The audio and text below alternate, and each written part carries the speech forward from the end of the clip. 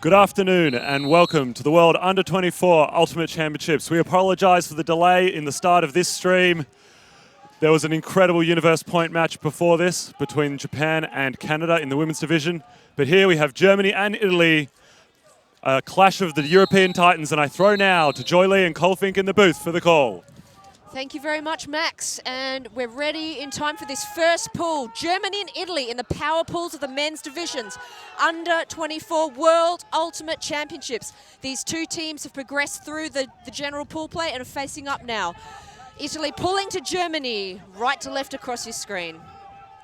And Joy, there's a bit of wind effect here, which we saw in the previous game as well between Japan and Canada in the women's division. The wind's going left to right on our screens, and it's not strong, but it's quite blustery. And a lot of downfield shots have sailed too far. Long Not that one, though. Malta Spanuth, the first goal of this match, and what a sweet long put that was. Germany on the board.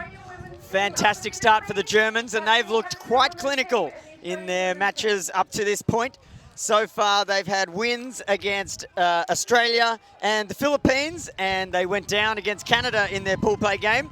They now find themselves in their first power pool matchup against the Italians. And I think it's fair to say that Germany and Italy are certainly challenging Great Britain for the mantle of the strongest of the European teams here at this event, Joy. Absolutely right, and it's a very interesting power pool that these two teams have gone into. Along with GB and the USA, that forms the power pool of 4 teams in this next stage.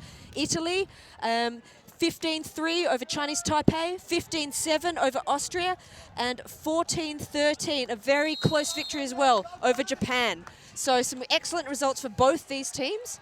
It's a tantalizing matchup. 2 tall teams as well, and come out for the second point. Absolutely. Here we go, the Italians for their first offensive look. And they set up in a pretty conventional horizontal stack. Germany with a zone defense, spread out. Italy moving it sideways for now. Look pretty calm in this wind. Floaty one, but lots of time for that. Yeah, the wind is very blustery. Germans now sagging off into a bit of a cup around the disc here. But it's, oh, and we've got a drop. That's the first turnover of the match. We had Bruno Mine handling, and his pass had a little too much pace on it. Germany now to Schall. Ambitious long swing. Oh! Phenomenal bid. Straight away, Italy hits the end zone. Well, you can see the wind really affecting the movement of the disc here. Germany missing what was really a regulation swing pass.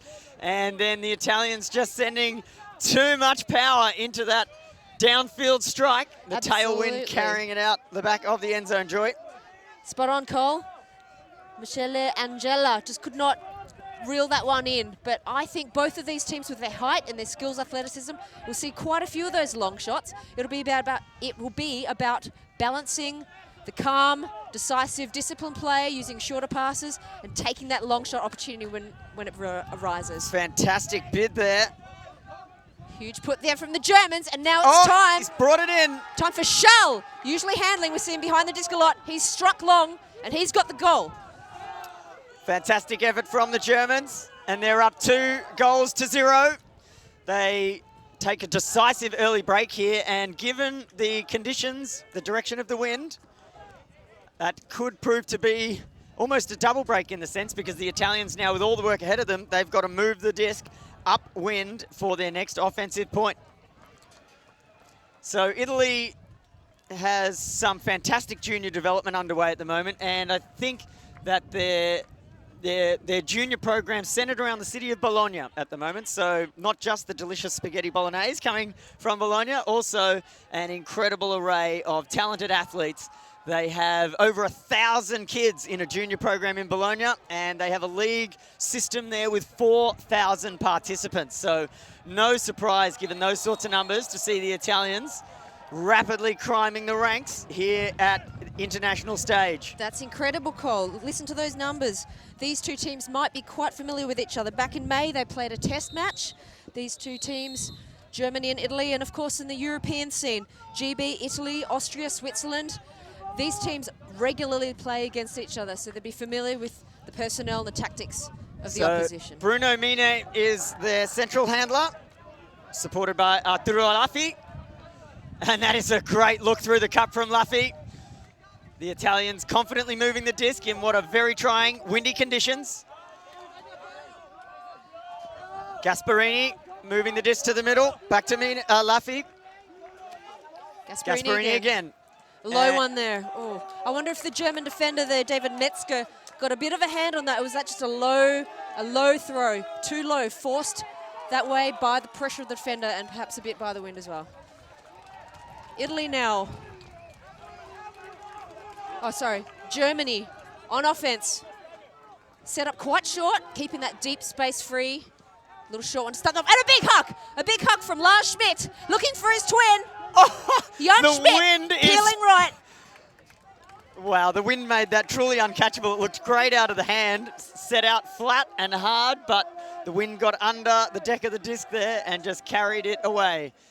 So Italy with another opportunity to try to reset their offense and move it up against the wind, which temporarily, it seems, has died down quite a lot. It's quite blustery, yeah. Often quite strong, but it can die down in odd moments and then pick up again right when it's inconvenient for the thrower or receiver. We found that numerous times here during games here at Perth, Western Australia. So the Italians having to work their way through this German zone. Bit of give-go there. Mine certainly working the disc fabulously. Through to Laffy again. Those two are the core handlers here for this team. Here we've got Semprini Cesari. I actually coach his sister for a club team back in Melbourne. Cini now. Cini's going to milk that to the end zone, and there's the first score for the Italians. That's good team play. They're moving the disc very quickly, usually releasing before the stall counts even started, which is what they need to do to break through that German zone. And now they've got the opportunity to try to effect a defensive block against the Germans as they come upwind. That was slick offense from the Italians. The Germans there, due to the extremely quick movement of those Italians, always lagging one step behind. As Cole said, not even waiting for a stall count from the defenders, Italy. For those new to Ultimate, throwers have up to 10 seconds to release the disc. Of the of 10, one must have released the disc. If not, that's a stall-out turnover. So in that case, we didn't see the 10 seconds required at all. Number 35 there from Italy with the goal, Guglielmo Cini. So that makes it 3-1. 2-1, Germany, Italy. So early stage of this match. Let's go down to Max with a bit of insight on the sideline. Thanks, Joy. It'll come as no surprise to anyone that this Italian team are an emotional team riding the wave of their passion to success and to defeat when it leads that way. After the first couple of points that Germany rattled off, you could see that they were visibly frustrated on the sidelines. But the remarkable change after they opened their account and put one on the scoreboard was incredible. Suddenly the shoulders were back, they were standing a little bit straighter, and they were getting around each other just a little bit more. We'll see if they can maintain that positive mindset and attitude towards the rest of this game and see if it can bring them some success. So Italy forming an interesting, what I describe as a junk defense here. It is a kind of a zone, but it's not a cup like you would often see. They have one person responsible for marking the disc and a couple of others causing chaos in front of the disc, trying to shut down all those different throwing lanes. Germany looking very comfortable with this at the time. Right now, they're veterans of different zone defense looks themselves, so I'm sure they've practiced many such formations, and of course have played Italy a number of times. So at the moment, though, being forced a little bit backwards, not making much ground, but they're still keeping that deep space open so that when the long shot comes, they can take it immediately. One thing that this Italian zone isn't really doing is pressuring every German throw. So the Germans aren't making any progress downfield, but the Italians are letting them get relatively easy resets. And while I say that, that reset throw, which was relatively unpressured, has had the wind catch it And it's sailed out of play, so the Italians are going to have a look at their own end zone, starting from the cone. Luca Tognetti is the one on stage. He clears out, moves instead to Simonazzi. Simonazzi looking for an open option, and that is a score. Simonazzi to Massimo Vagliavello. 2 in a row for Italy there. That defense seemed to temporarily stifle some of the German options. We didn't see one long cut. The Germans were calm, but pressure on on most of those throws led to the error, and an easy punched-in goal for Italy. 2-2. Absolutely, Joy. And what we've seen there again is that a break can often turn into 2 quick breaks because the wind is consistently forcing left to right on our screens. And the Germans affected a break early, and that allowed them to take 2 in a row. And then the Italians, having managed to work it upwind, have affected 2 in a row of their own. And we're back on serve. The Italians will be pulling into the wind. The German offense will be working downwind. Though, as we've said multiple times, the conditions here are extremely blustery. As we hear the whistle from Ruben Berg. Ruben, down there on the sideline as the chief game advisor for this game. Hi, Kyle. How are you? What have you noticed so far at ground level, Ruben? It's a very intense game. Everyone's going very hard, but they're managing so far, I think, to keep the body contact to a minimum. And we hope that continues for the rest of the game. Awesome. Thanks, Ruben. Yeah, with men's teams often, and these 2 teams in particular, they're 2 very tall teams. Of course, the field is exactly the same size, no matter what the division here, men's, women's, and mixed. Suddenly it seems more about opening up spaces for these big bodies in order to make the offense function correctly. So just quick rule clarification here. The disc landed on the line. The Italian player looked temporarily confused as to whether that meant a brick or whether it should be taken from the sideline. The sideline is out of bounds. So correctly taken from the brick. Volleberger with a disc. Andreas Volleberger again. These 2 guys are siblings. In fact, they're twins. Obviously working together well there, the handler connection. Swings it over. Centers the disc once again. Patience there. Andreas. The Italians still running this junkie cup look in front of the disc. So they've got 3 around the handler set, 3 through the midfield, and 1 player guarding deep. So a pretty traditional zone. And it looks to me that they're forcing to our commentary side. But they're letting that reset out relatively easily. So the Germans not making any progress, but able to retain possession of the disc without too much trouble. Höneschmeier there. Slightly upwind throw there. Punctuated through the middle there, Germany. They suddenly find a bit of space. Now's the time to take advantage, and they do that with a couple of quick little passes. Höneschmeier. The Italians now collapsing to a match defense. 1-on-1. Volleberger with the disc. Germany keeping discipline, keeping those side areas free until now. Oh, yep. fantastic grab. That's Volleberger with the goal. We saw him do his work behind the disc as a handler, lots of throws and catches. And he suddenly makes his move. That's Martin Volleberger there with the goal, number 44. And that's 3-2, Germany to Italy. So pretty late in the stall count, I think, that throw, and he didn't have a viable dump.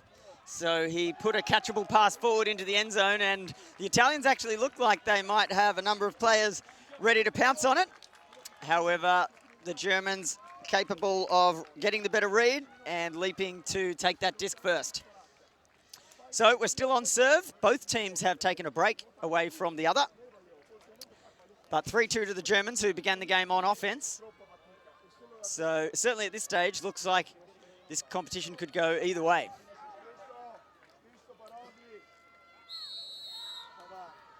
A number of these players on both teams experienced in previous youth world events.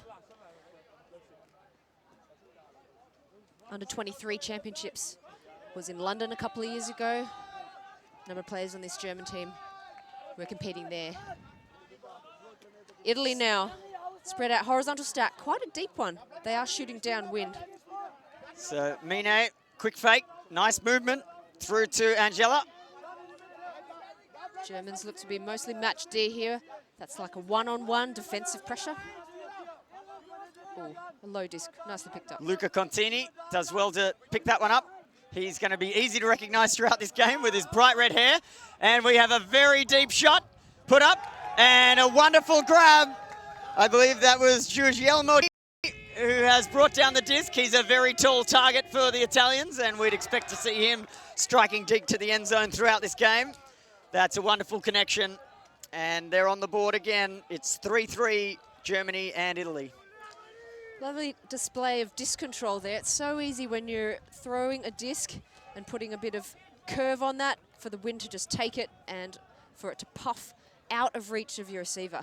But there we saw he had it completely in his control. Enough revs on that disc to sit nicely, perfectly. Absolutely, and a German defender right in the vicinity, but Bruno Mine with wonderful control of the disc, as you say, Joy, and he has rotated that just out of reach of the German defender and landed it right on top of Guglielmo Cini's head, and it's a score for the Italians. Now, if you're enjoying this matchup between the Italians and the Germans in the men's division, I would love to recommend that you take the time to catch the replay of the Japanese versus Canada matchup in the women's division. It's, without hyperbole, one of the most amazing games of Ultimate I've ever witnessed in person.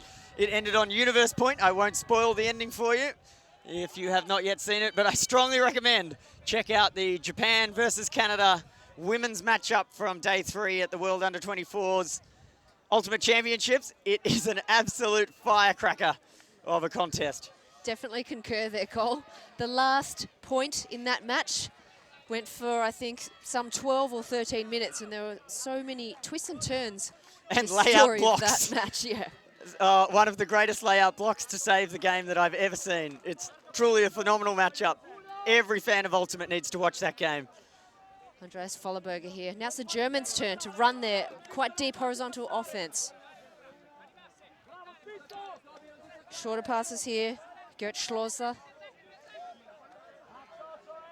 The Italians just running a straight match D here, one-on-one. Every player accountable. Oh, Oh, fantastic run through. Oh. Number 18, that's Tobias Mine. I think the Italian man had got his hand to it, but the German, it popped up, and the German player was able to, oh, and a high one. Perhaps later in the store count. Oh, what a grab! I think that was a high stall panic huck, and it's been brought down Hartman expertly by Hartman. Phenomenal grab. What's it called? Yeah?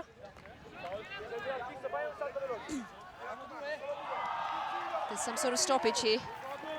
Might be able to hear the tones of your game advisors, but players are responsible for making their own decisions here. Hartman with the disc. Oh, low one.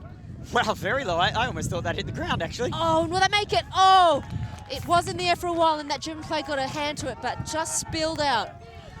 What an incredible grab there from Marcel Hartman. Used his body to protect the space that disc and reach out with that really long arm. So the Italians now through Simonazzi. He has pumped it long. The German player seemingly in front and easily done by Hartman. So Hartman again. He's in this end zone, he's in the other end zone. Indeed, he's everywhere at the moment at this point, Hartman. So the Germans back on O, and the Italians doing everything they can. No wonder Hartman is everywhere. He's the captain of this German team, so he is playing out of his skin. He wants to show and lead his team from the front here. So we saw the Italians respecting that deep threat from the Germans. 2 players following that German strike deep. It's quite a interesting contest to watch here tactically. Both teams trying a number of defensive looks. Meyer ran long there, looked off. Vollerberger still here with the disc. And there's a long shot up. Punchmeyer there, running long. 1-on-1 in the end zone, and the Well defended by Filippo Simonazzi.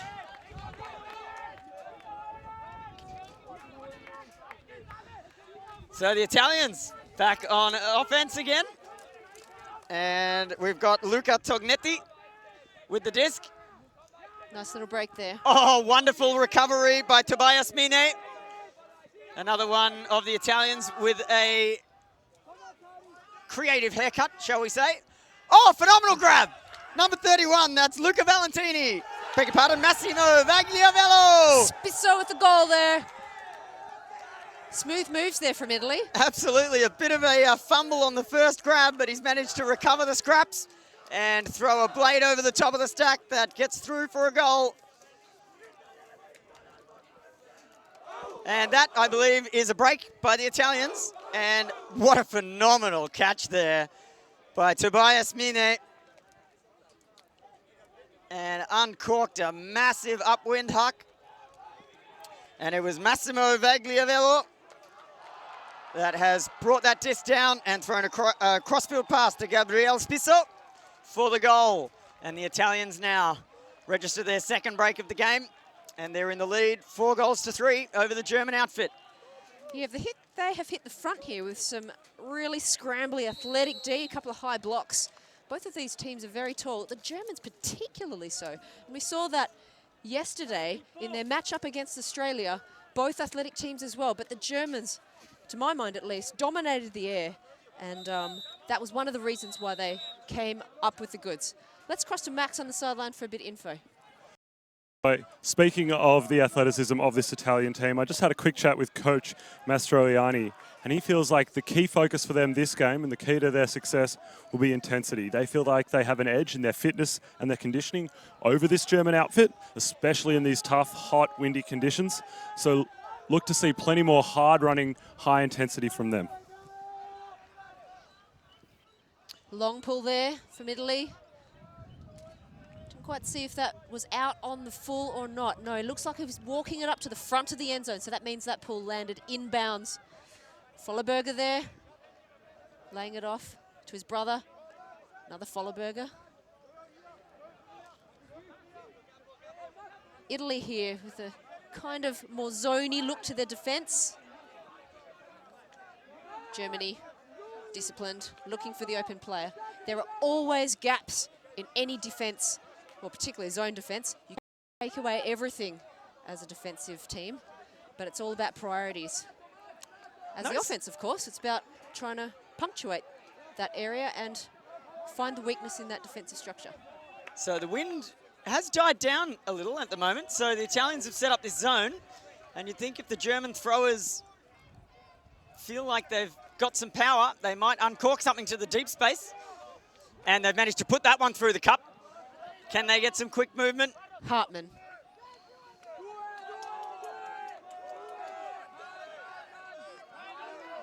The Italians have collapsed to a match D now.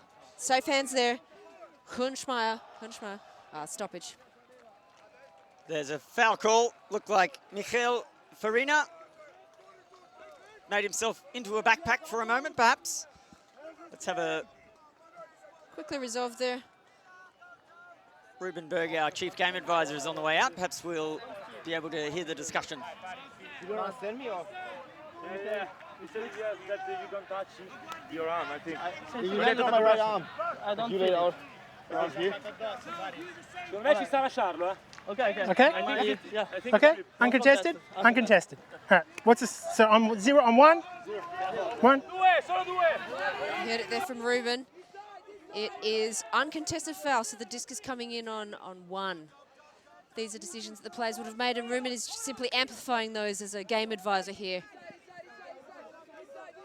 So Italy here, match defense. Folleberger, calm with the disc.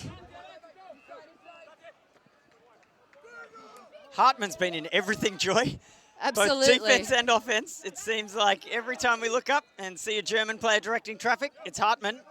He seems central to their success. Absolutely.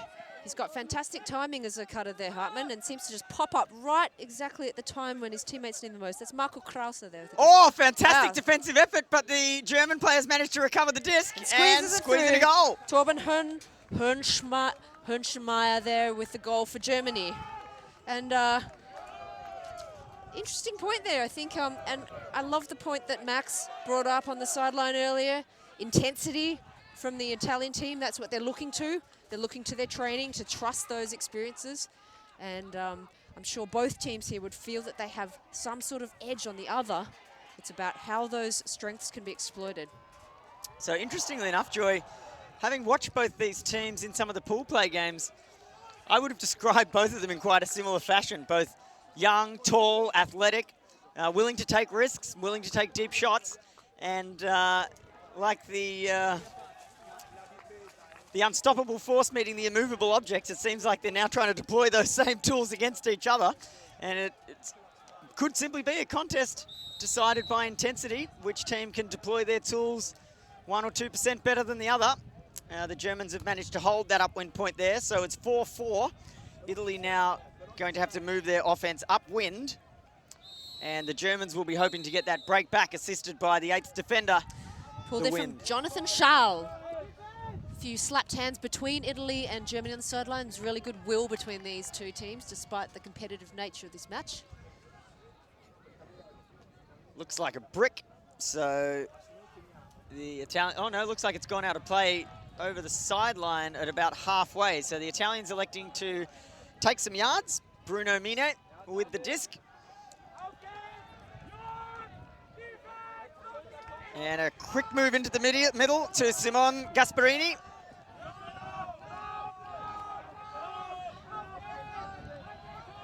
Here we have Semprini Cesari. Elevating there. Indeed, great grab from Bruno Mine. Nice inside look. Wow, that was a tight hole to put that disc through. Riccardo Zanni now with the disc. If you saw Zanni hold both arms, fists high, that was the symbol for a pick call here in Ultimate. So it's a stoppage until players recover their positions, and then we can restart play.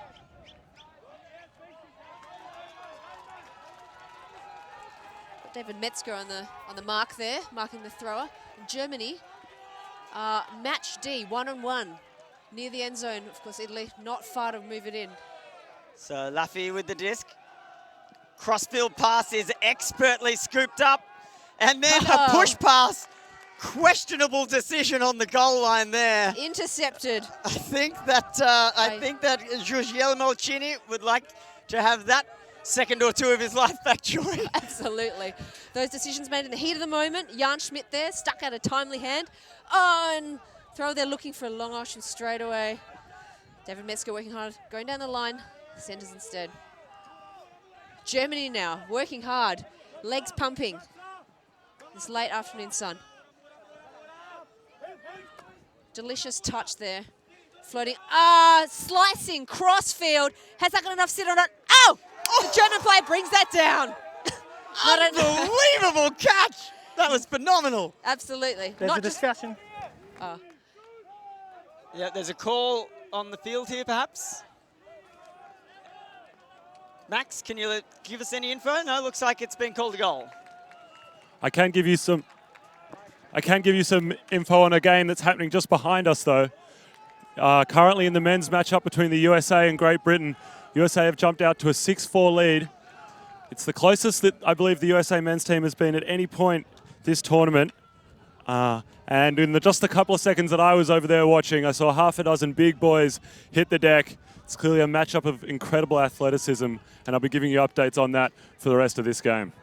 Thank you, Max. So 2 games happening on adjacent fields here, both in the power pool, in the same power pool, in fact. So I wonder how many of these guys will be glancing over their shoulders, checking in on the other match, ready for tomorrow's games. But so you can see a little bit of footage from the USA-Great Britain match, and there is a big pack grab, a signal of the type of intensity you can expect from that matchup. And the Ulti TV team doing a phenomenal job here, bringing us incredible footage of this World Under-24 Ultimate Championship event. So here we go now, the Germans breaking the Italians back again and taking the lead 5-4. The Italians now looking to hold serve as they come downfield, and we've got a stray disc on the field from an adjacent game. So Bruno Mine moving the disc wide to Simone Gasparini. He is their primary deep threat.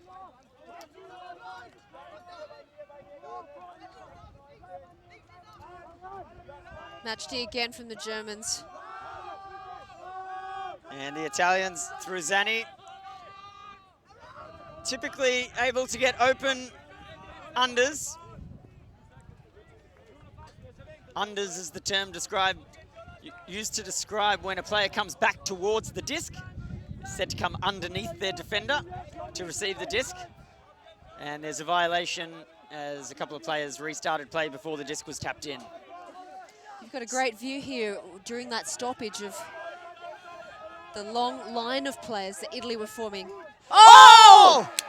And full extension, diving defense, Marco Krause. What an effort.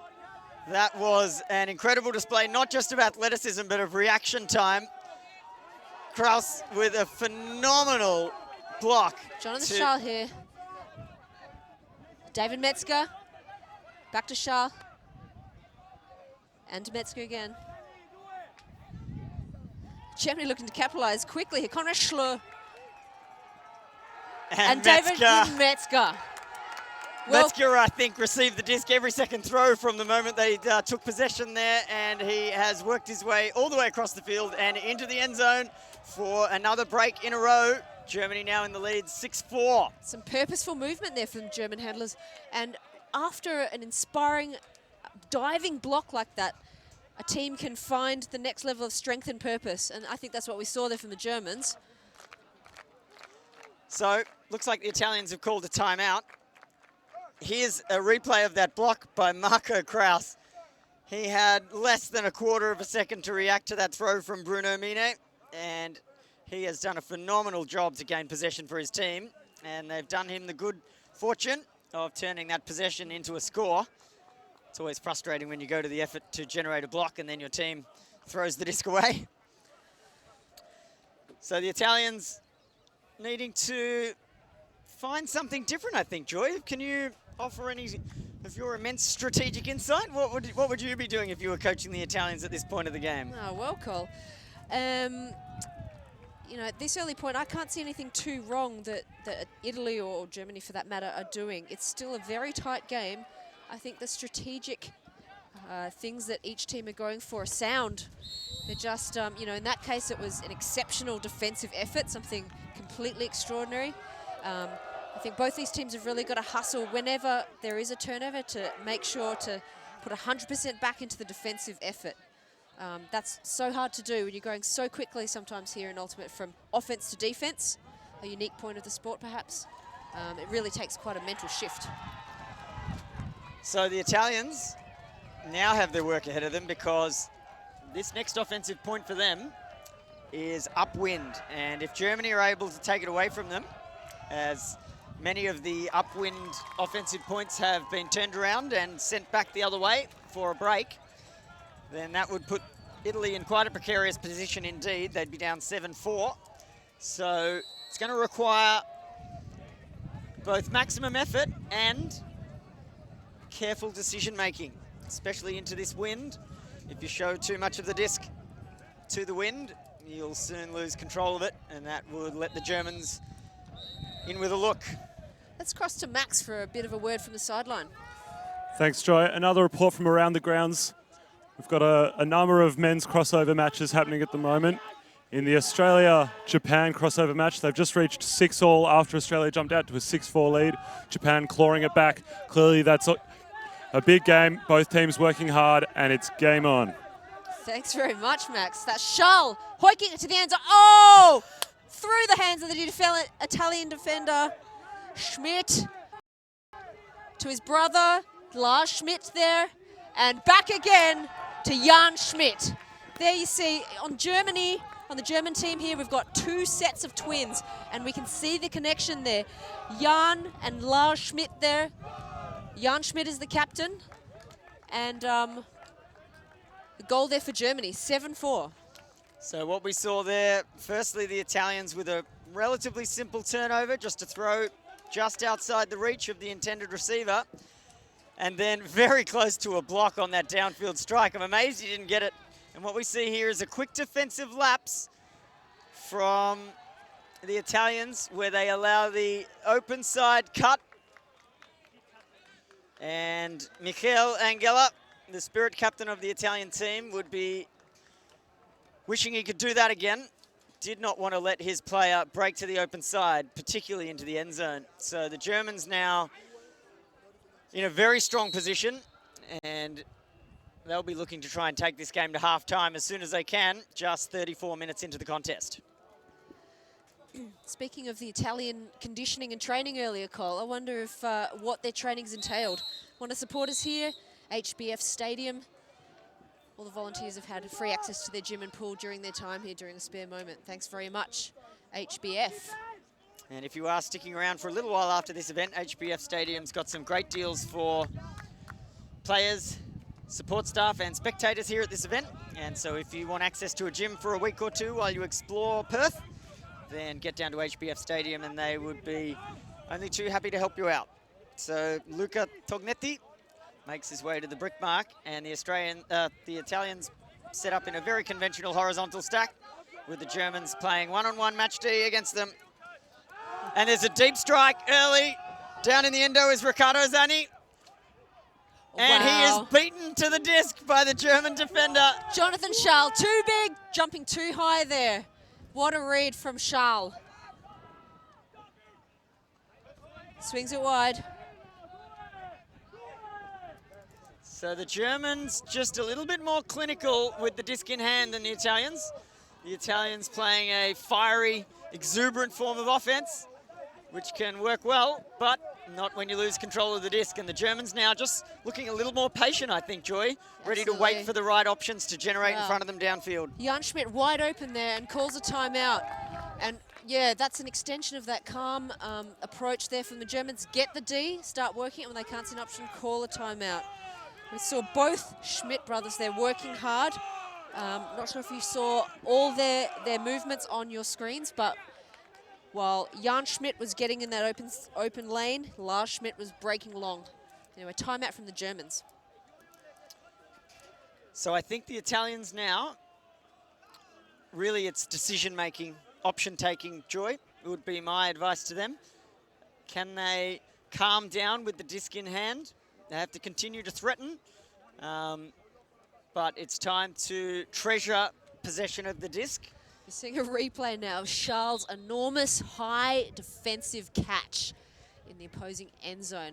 He actually jumped later than his opponent, but still managed to get up higher and get his hand on that disc first. And that was such an impressive defensive catch there. So the players taking some quick refreshments.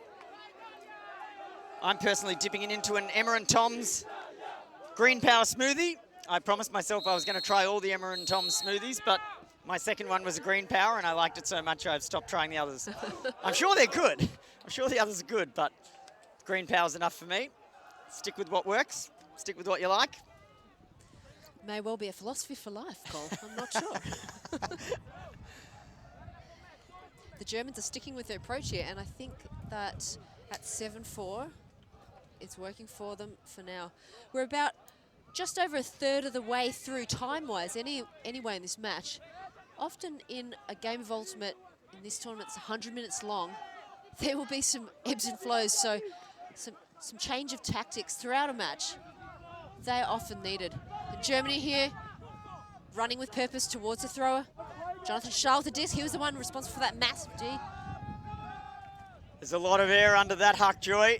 And huge grab! Stefan Kuhn brings that down. Michael Kraus with the disc. Not far here for the Germans. And floats it up. Who else? Lars Schmidt with the goal. Two tall athletic teams, but seemingly at the moment, the Germans a little bit taller, a little bit more athletic. And they have now scored 4 points in a row to take an 8-4 lead into halftime here in Perth and the last matchup of the day.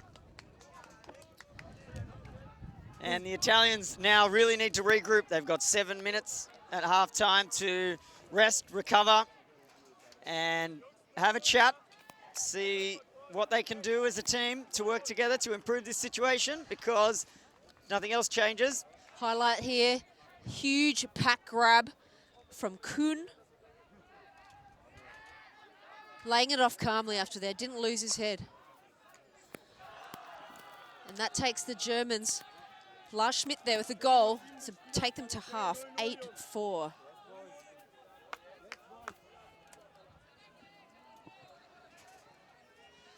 We'll run some, here we've got some highlights for you. I think no, this is the live action, rather. Australia-Japan game. And just as we cross to him, it looks like there's a discussion. Looks like the Japanese have scored.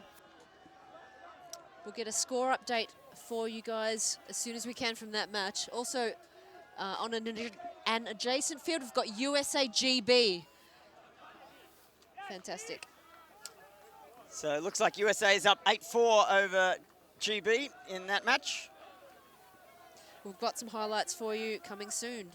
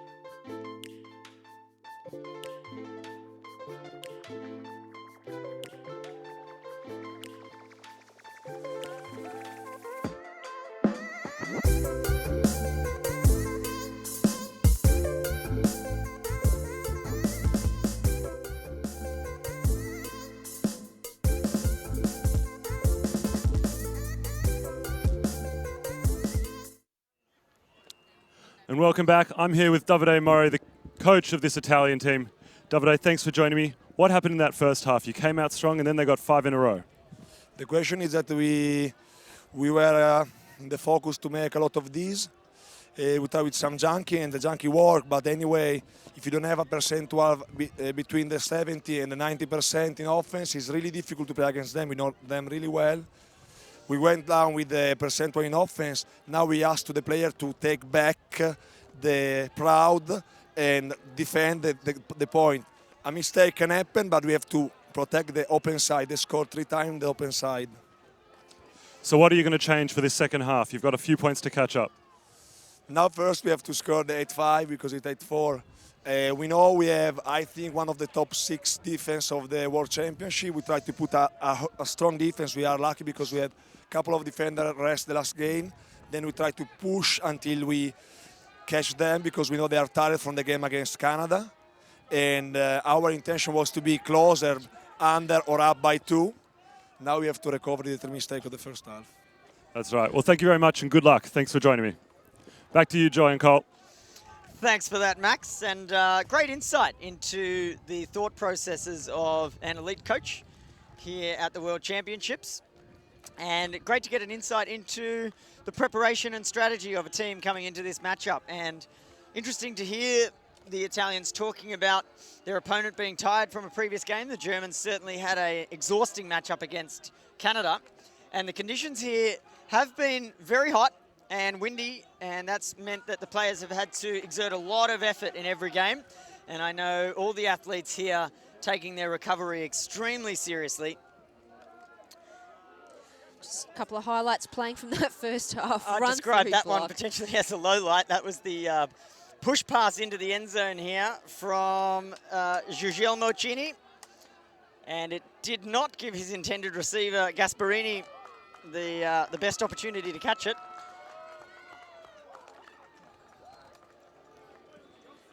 Slow-mo of Lars Schmidt, making sure of that one, laying out after a sprint to the end zone. He's been very active this first half, Lars Schmidt. Delightful diving block there. And here's that phenomenal reaction time that we saw, and a layout stop by Marco Kraus. That was such an incredible piece of handler defense, and it resulted in that goal from David Metzger. Another goal there to Lars Schmidt. I feel that at the end of this tournament, Cole, when Lars Schmidt looks back at some footage, you'll see that sight quite a number of times. That tall frame waltzing into the end zone, catching a goal. Absolutely, Joy, and it's being at a World Championship event is a great opportunity for these athletes to get their exploits captured on film, and Mike Palmer and the whole team at Ulti TV, with the support of the AFDA and WFDF, absolutely honoured to be bringing you this footage, and we hope that all the athletes try the opportunity to play on the big stage and have their efforts rewarded. And let's have a quick chat with Ruben Berg, who is our Chief Game Advisor, and he's going to let us know what's happening down on the ground. Ruben? It's been a really good game so far. There has been a lot of really tight contests, and as in the self-officiated game, the players can establish what level of contact they're happy with. But I think it's really important for our viewers to recognise that it is a non-contact sport, and just because at the higher level they might feel that some contact is okay, it's all right at any level to say that you don't want any contact at all, because it is a non-contact sport. Thank you very much, Ruben. Good points indeed. You will see a bit of perhaps a couple of bumps here, but importantly, all players must strive to avoid contact. And as Ruben points out, if you don't feel comfortable with that contact when you're playing Ultimate, you're within your rights of the rules of the game to request that not to happen. Indeed. In fact, I play a regular Wednesday night mixed league, and we in Brunswick in Melbourne, and we go to great lengths to minimise contact in that league. It's for players to join in, learn the game, learn the rules, and they certainly don't need to play with the same level of intensity that we see on display here at World Championship level. As we have both teams on the line, hands in the air, the pull coming up from Germany to the Italians. Huge inside out. That one's arcing out of bounds here. It's moving away, so the Italians can choose to take it from the center of the field at the brick mark.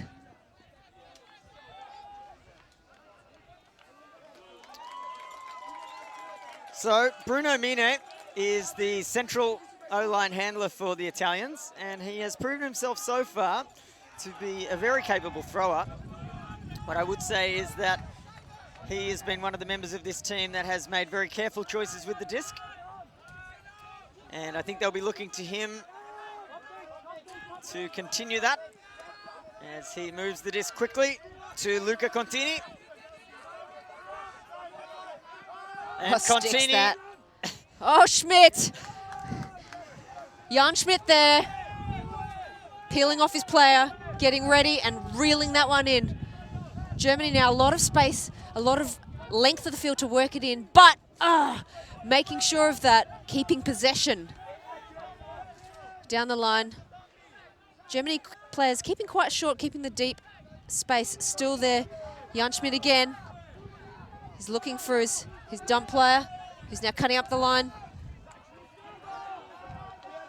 Still keeping the disc there in the central position, Germany. Working hard. Johannes Schall to David Metzger. Oh, and the hammer throw into the end zone cross. And is that a Schmidt? It is no other than Jan Schmidt. That was an incredible hammer. In this wind, he has shown the bottom of the disc directly to the wind, and obviously taken all those calculations into account when he released the disc, because it has landed in the breadbasket of Jan Schmidt. That is an incredible throw to put up in these kind of conditions. And the Germans really now taking the Italians to school. Metzger hammer there. Metzger to Schmidt. Jan Schmidt is some 6'3" or 6'4", but honestly, if you're 5'0", I think that would have still landed on the receiver's chest. That was a great throw. Absolutely, and what we saw from the Italians, Contini with the bright red hair, you could see him on stall 6 starting to shake the disc in his hand, looking for a deep shot to throw.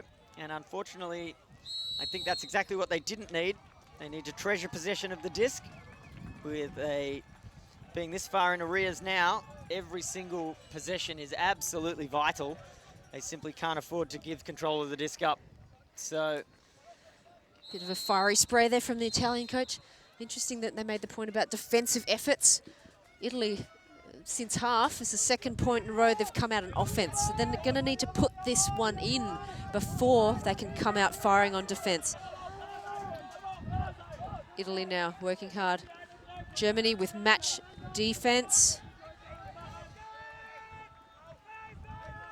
So Velo.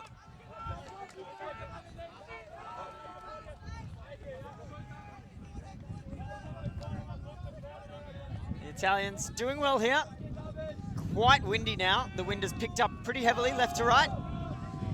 Germany here mostly playing match, but they do have a player stationed near the throw. Ah, they've gone completely to match here now. Simonazzi moves it out through to Tobias Mine. Mine through to Simonazzi. Simonazzi with a short gainer to Zani. And the Italians now at least seemingly in control. Stall count really reaching 5, you'd think. And open options usually presenting themselves before they do anything rash. Mine of the bright-haired variety. There are 2 on this roster. His brother has just run past. That is a wonderful inside break throw. Nicely done. Sat out in front of the throw, in front of the receiver. Absolutely, very difficult throw. This is Gasparini with the disc. He's gonna release it to Zani again, and that looks like a strip. Bit of a discussion about it. So it seems to me Riccardo Zani is suggesting that he was still holding the disc when the German defender tapped it, and that makes it a strip. Nicely resolved there. Back into play quickly. So the Italians literally half a metre from the end zone. And now, there they've done it there, Cole. Finally, a short pass that works for them, and Luca Tognetti is able to receive that short little pass with ease, and the Italians are on the board for the first time in, I think, 5 or 6 points, Joy. Yes, they can now get on that defensive burner that they were so after. Let's go down to Max. Maybe he's got a bit of info for us. Thanks, Joy. I do indeed. Quick update around the grounds. The Japanese team has taken half 8-7 against Australia in the men's division, and in the matchup between Great Britain and the United States of America, the US have extended their lead, shown their pedigree, and pulled it out to 12-5. So, keeping you updated on those 2 games. I'll see if I can get some more info on this one. Back to you. Thanks, Max. And the men's power pool's in full swing here in the late afternoon sun here in Perth. The shadows are certainly lengthening, and the wind continuing to bluster around, typically left to right on our screens, but not predictable really in any way at all. So the Italians have finally held an offensive point, and they'll have a chance to set up a defense against the Germans. Here comes the pull from Mine. Italians moving down there with purpose. Germany setting up with horizontal stack. Cutters running across. No obvious options here at the moment. Italy playing tight match defense.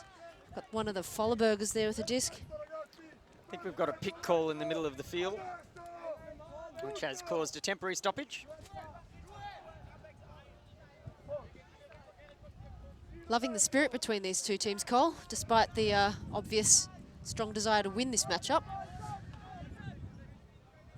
Yeah, absolutely, Joy. There's every contest and every foul call has been resolved very maturely and quickly, which is what we love to see. Self-officiation, even at the highest level, is a phenomenal way to manage a sport, and it creates a culture of trust that is, in my opinion, absolutely irreplaceable. It makes Ultimate the incredible community that it is, and there is a hand block on the mark. A high hand block there, flubbering up the disc. Germans now scrambling to get on their players. There's a free player adjacent to that disc. Can they take advantage? Simonazzi and Mine. This is Tobias Mine.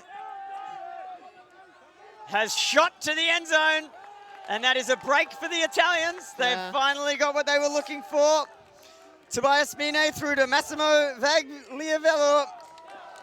Italian 7 players there, looking quite restrained, but the players running to congratulate them were obviously pumped. So that's the defensive 7, perhaps, the coach was talking about at halftime. Getting the job done. Absolutely, Joy, and it can be a great thing for a team, I think, when you break at halftime or a timeout and you talk about what you want to do as a team. And to have that then play out on field starts to build the belief in yourself and your teammates that you can execute on your desires. And the Italians now salvaging something from this game. That's Tobias Mine with that rapid strike into the end zone. Will they be able to do it 2 in a row?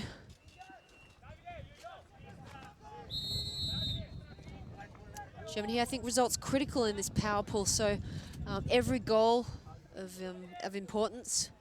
It's power pool afternoon here. We're surrounded by other matches. GB v USA just behind us, and Japan, Australia on a nearby field as well.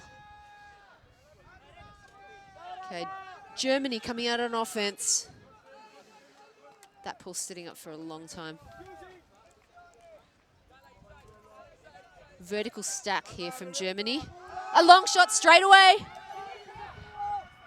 Oh, and the German player, second effort, reels it in. Number 31 there, Spanuth. And now Hartmann. Hartmann, one of the captains here. She's shown a calm head with disc in hand before. Vollerberger. And goal to Germany.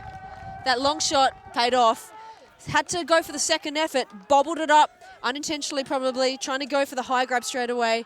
Second effort, well done, Germany. Absolutely, Joy. Sometimes ultimate can be a game of percentages, and when the disc was in the air, that looked like a pretty low percentage shot for Germany. I thought the Italian defender, Michel Farina, had a really good look at that disc, and indeed he did, getting his hand in for a quick block. But unbelievable second effort from the Germans, and they've managed to scrap a score in that point. Ike Kramer there with the goal for Germany. Fabulous second effort, extending to grab that disc.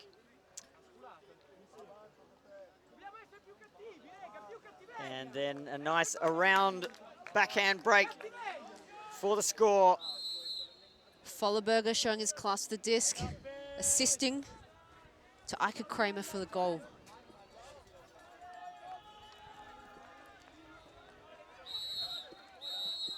So the Italians going downwind on this offensive point. Interesting part of the game here. We're well into the second, third.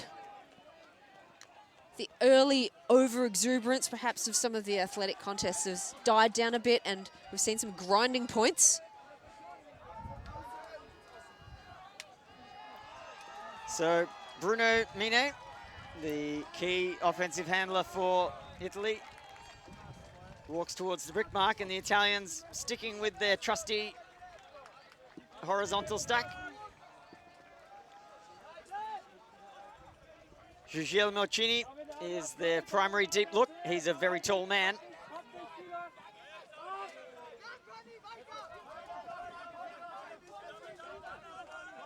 Let's see if the Italian offense can display some of that calm, comfortable decision-making that they need to maintain control of this disc. I say that as Mine launches a phenomenal deep shot, which lands right on the chest of Simone Gasparini. That is a wonderfully executed blading flick. Well done, Italy. I'm not sure if I missed something from the German perspective there, but maybe a lapse in concentration defensively. Saw a number of undercuts open from that Italian team. That's players running towards the disc, maybe 3 or 4 throws in that way, and then the deep shot opens up. And we see that so many times in Ultimate. I think that's perhaps why that defensive tactic of shutting down the throw towards, the option towards the disc, the undercut, is so valued in Ultimate. Absolutely, Joy. It's almost defense 101, isn't it? Make sure that it's not easy to get the disc underneath on the open side, because if you allow teams to consistently move the disc with easy throws, then the angles change and it becomes increasingly difficult to place your defenders in the right spot. And I agree, I don't think the German defense looked as good in that point as it typically has for most of this game. So perhaps the hard work that they've put in throughout today, and as the Italian coach mentioned, they had a very tough matchup against Canada. Maybe that effort is starting to take its toll. Deep pull there. Folleberger centers it to his brother. Whoa, a poach block very nearly completed by Gabriel Cazzola. Hartmann dubs it back. Germany spread out quite deep in the field here. Back to Hartmann. Hartmann, one of the captains, has shown his class with the disc here. Folleberger hoiks it long, looking for Schmidt. Oh, a little bit of a bump. Schmidt's trying to hold his position. Oh, and well done, Italy. Fantastic defense there from Lorenzo Pavan. He did what you need to do in such a situation, which is read the disc better, and it's called boxing out your opposition player. That means standing in a position where you have a better line towards the disc than your opposition does. And he's done well to read the flight of the disc and get his massive body in the way and affect the D, which has given possession to the Italians, who are now working their way through Semprini Cesari to Luca Tognetti. Tognetti back to Mine. He seems to be the more defensively minded of the two Mine brothers. Back through to Tognetti. Germans here, mostly match defense. Some players sagging off their players slightly to take a dangerous area. You see number 24 there, Marcel Hartmann doing that a little bit.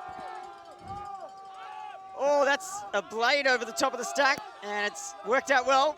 Semprini Cesari again. The disc moving very quickly now. The Italians looking much more composed with the disc in hand. And they have just shot a laser into the end zone, and they love it. Luca Tognetti is the thrower. Credit him with an assist.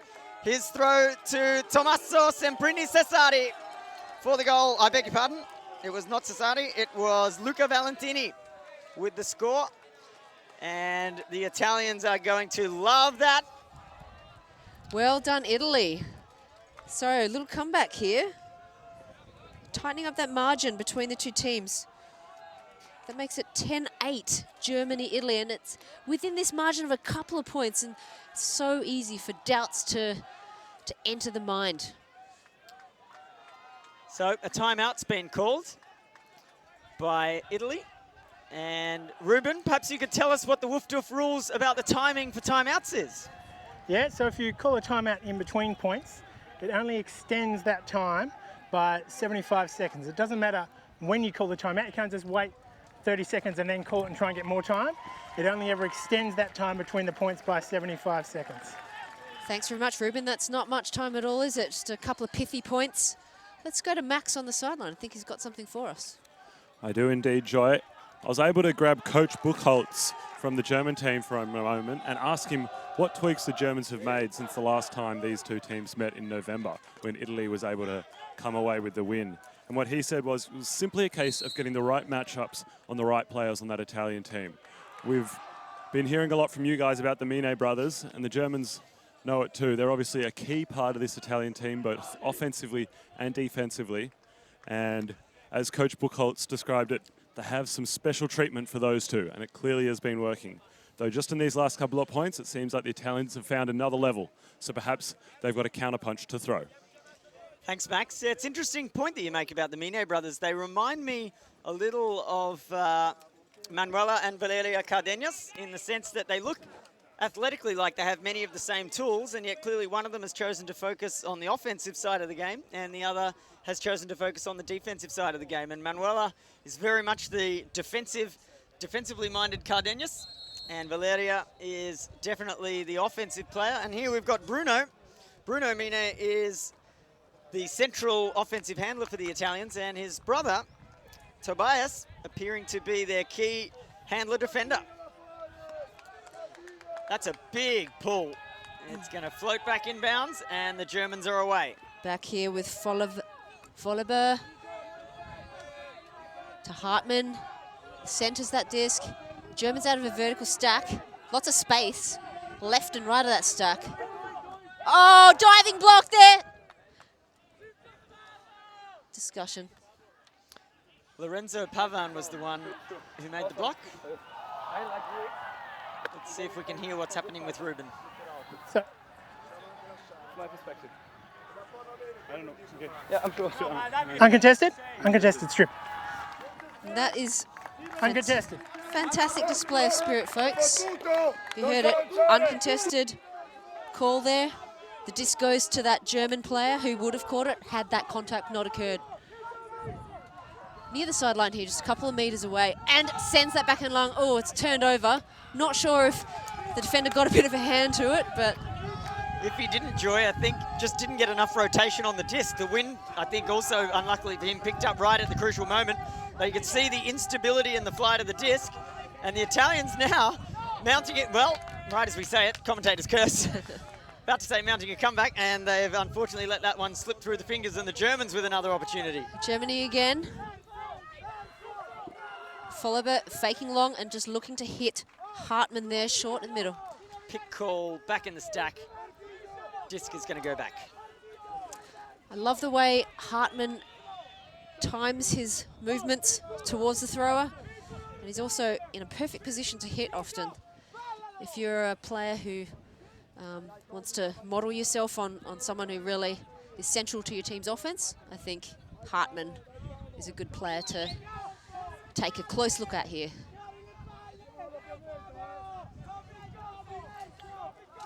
Follower. Hunschmeyer hoiks it. 2 and 2. Oh. Well, that's a tricky situation for the Italians, right? It was 2 German players, 2 Italians. Did manage to get the defensive tap, but Germany come down with it. Indeed, Marco Della Vedova was pretty disappointed with that outcome. He read the disc very well, timed his jump to perfection, got a hand on it. And there's a meme that exists among many in the ultimate community, catch your Ds. And the reason is, if you don't catch it, somebody else still might. And Della Vedova, unfortunately for him, certainly feeling the weight of that one. He's macked it just a little further into the end zone, and the Germans there to clean up the scraps. Great. And just an update on the game that happened behind us. And I say happened past tense because we've just had word that USA men have beaten the GB men's team 15-6. So that's quite a result. They were close. I think at some point they were 6-8 or 6-4, a close margin. But USA have obviously run away with that, exerted themselves, and put their stamp on that game, 15-6.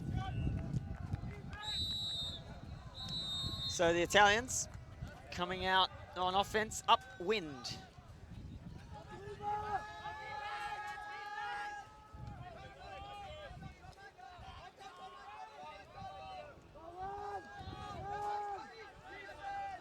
Zone defense here from Germany. Couple of players not strictly marking one-on-one. That's an unfortunate drop for Bruno Mine. And it's going to give the Germans a very short field to attack. They've got an open side cut. Jan Schmidt. And a little pop pass, and that's it. That's the goal. Not far to work it in there for Germany. The goal there to Marco Kraus. Yeah. Just an unfortunate drop there for Mina there, Cole. Absolutely, and it's one of those things, you dread the day when it's going to happen to you, but you play enough Ultimate, eventually it will. Absolutely. And it's a very short field drop for Mine, right near his own end zone, and the Germans able to capitalize quickly. So the Italians with the challenge now, they've got to keep their shoulders back, their heads high, because the game's not over. It's 12-8, and they've shown they can string a few points together when they play their game. And certainly I hope for the health of this contest that they find another gear and take it to the Germans. I don't think it's over yet. Schmidt to Kraus in that goal. Both teams now looking to find a way through. 12-8 to Germany, so quite a number of points potentially left in this game.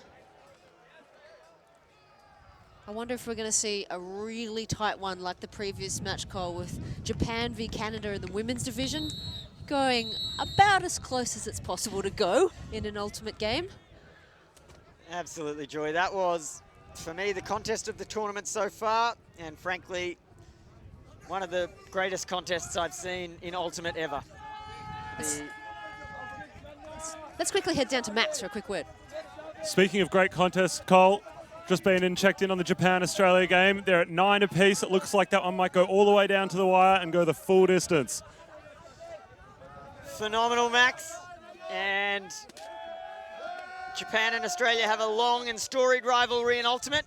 They play two very different styles, and it will be interesting to see who can win that contest. But we are more concerned with the Italians and the Germans for now.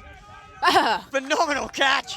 Wow, fantastic driving grab from the captain, Tonelli, to save possession for his team. That pass was blading away, and I think we've got a pick called in the stack to create a short stoppage.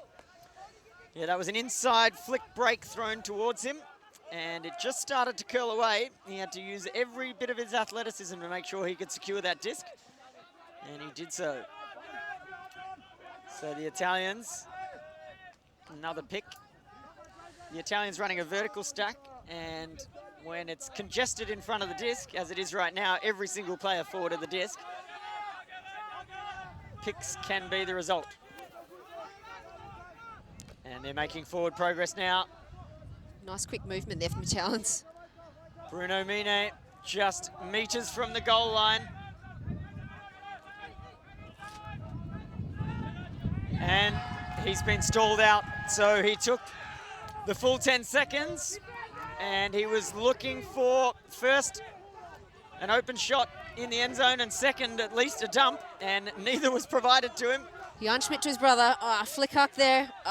Well defended there from the Italian player. Absolutely, Gasparini that was. He has been a threat in the air all day on both sides of the disc. So Bruno Mine might have a chance to redeem himself. He receives the disc now.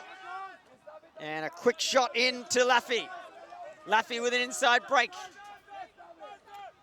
It's Tonelli, the captain, now with the disc. They're moving it sideways nicely. That is well weighted, but not quite in. Oh no! My word. So often, the hardest passes in Ultimate are the shortest passes in Ultimate. That flick had to travel only a meter or two from Laffy. Laffy just seemed to look at his hands as to say, look, that's where I wanted the disc to end up. And it's not there. Looks like a timeout called by the Germans. That's the drama. Cole, just a little earlier, I just saw one of the Italian coaching staff just serve up an absolute spray to his sideline. I think different teams, it must be said, fire up in completely different ways. And what can look perhaps a little bit aggressive to us is how a team communicates and how it gets itself back on the road to success.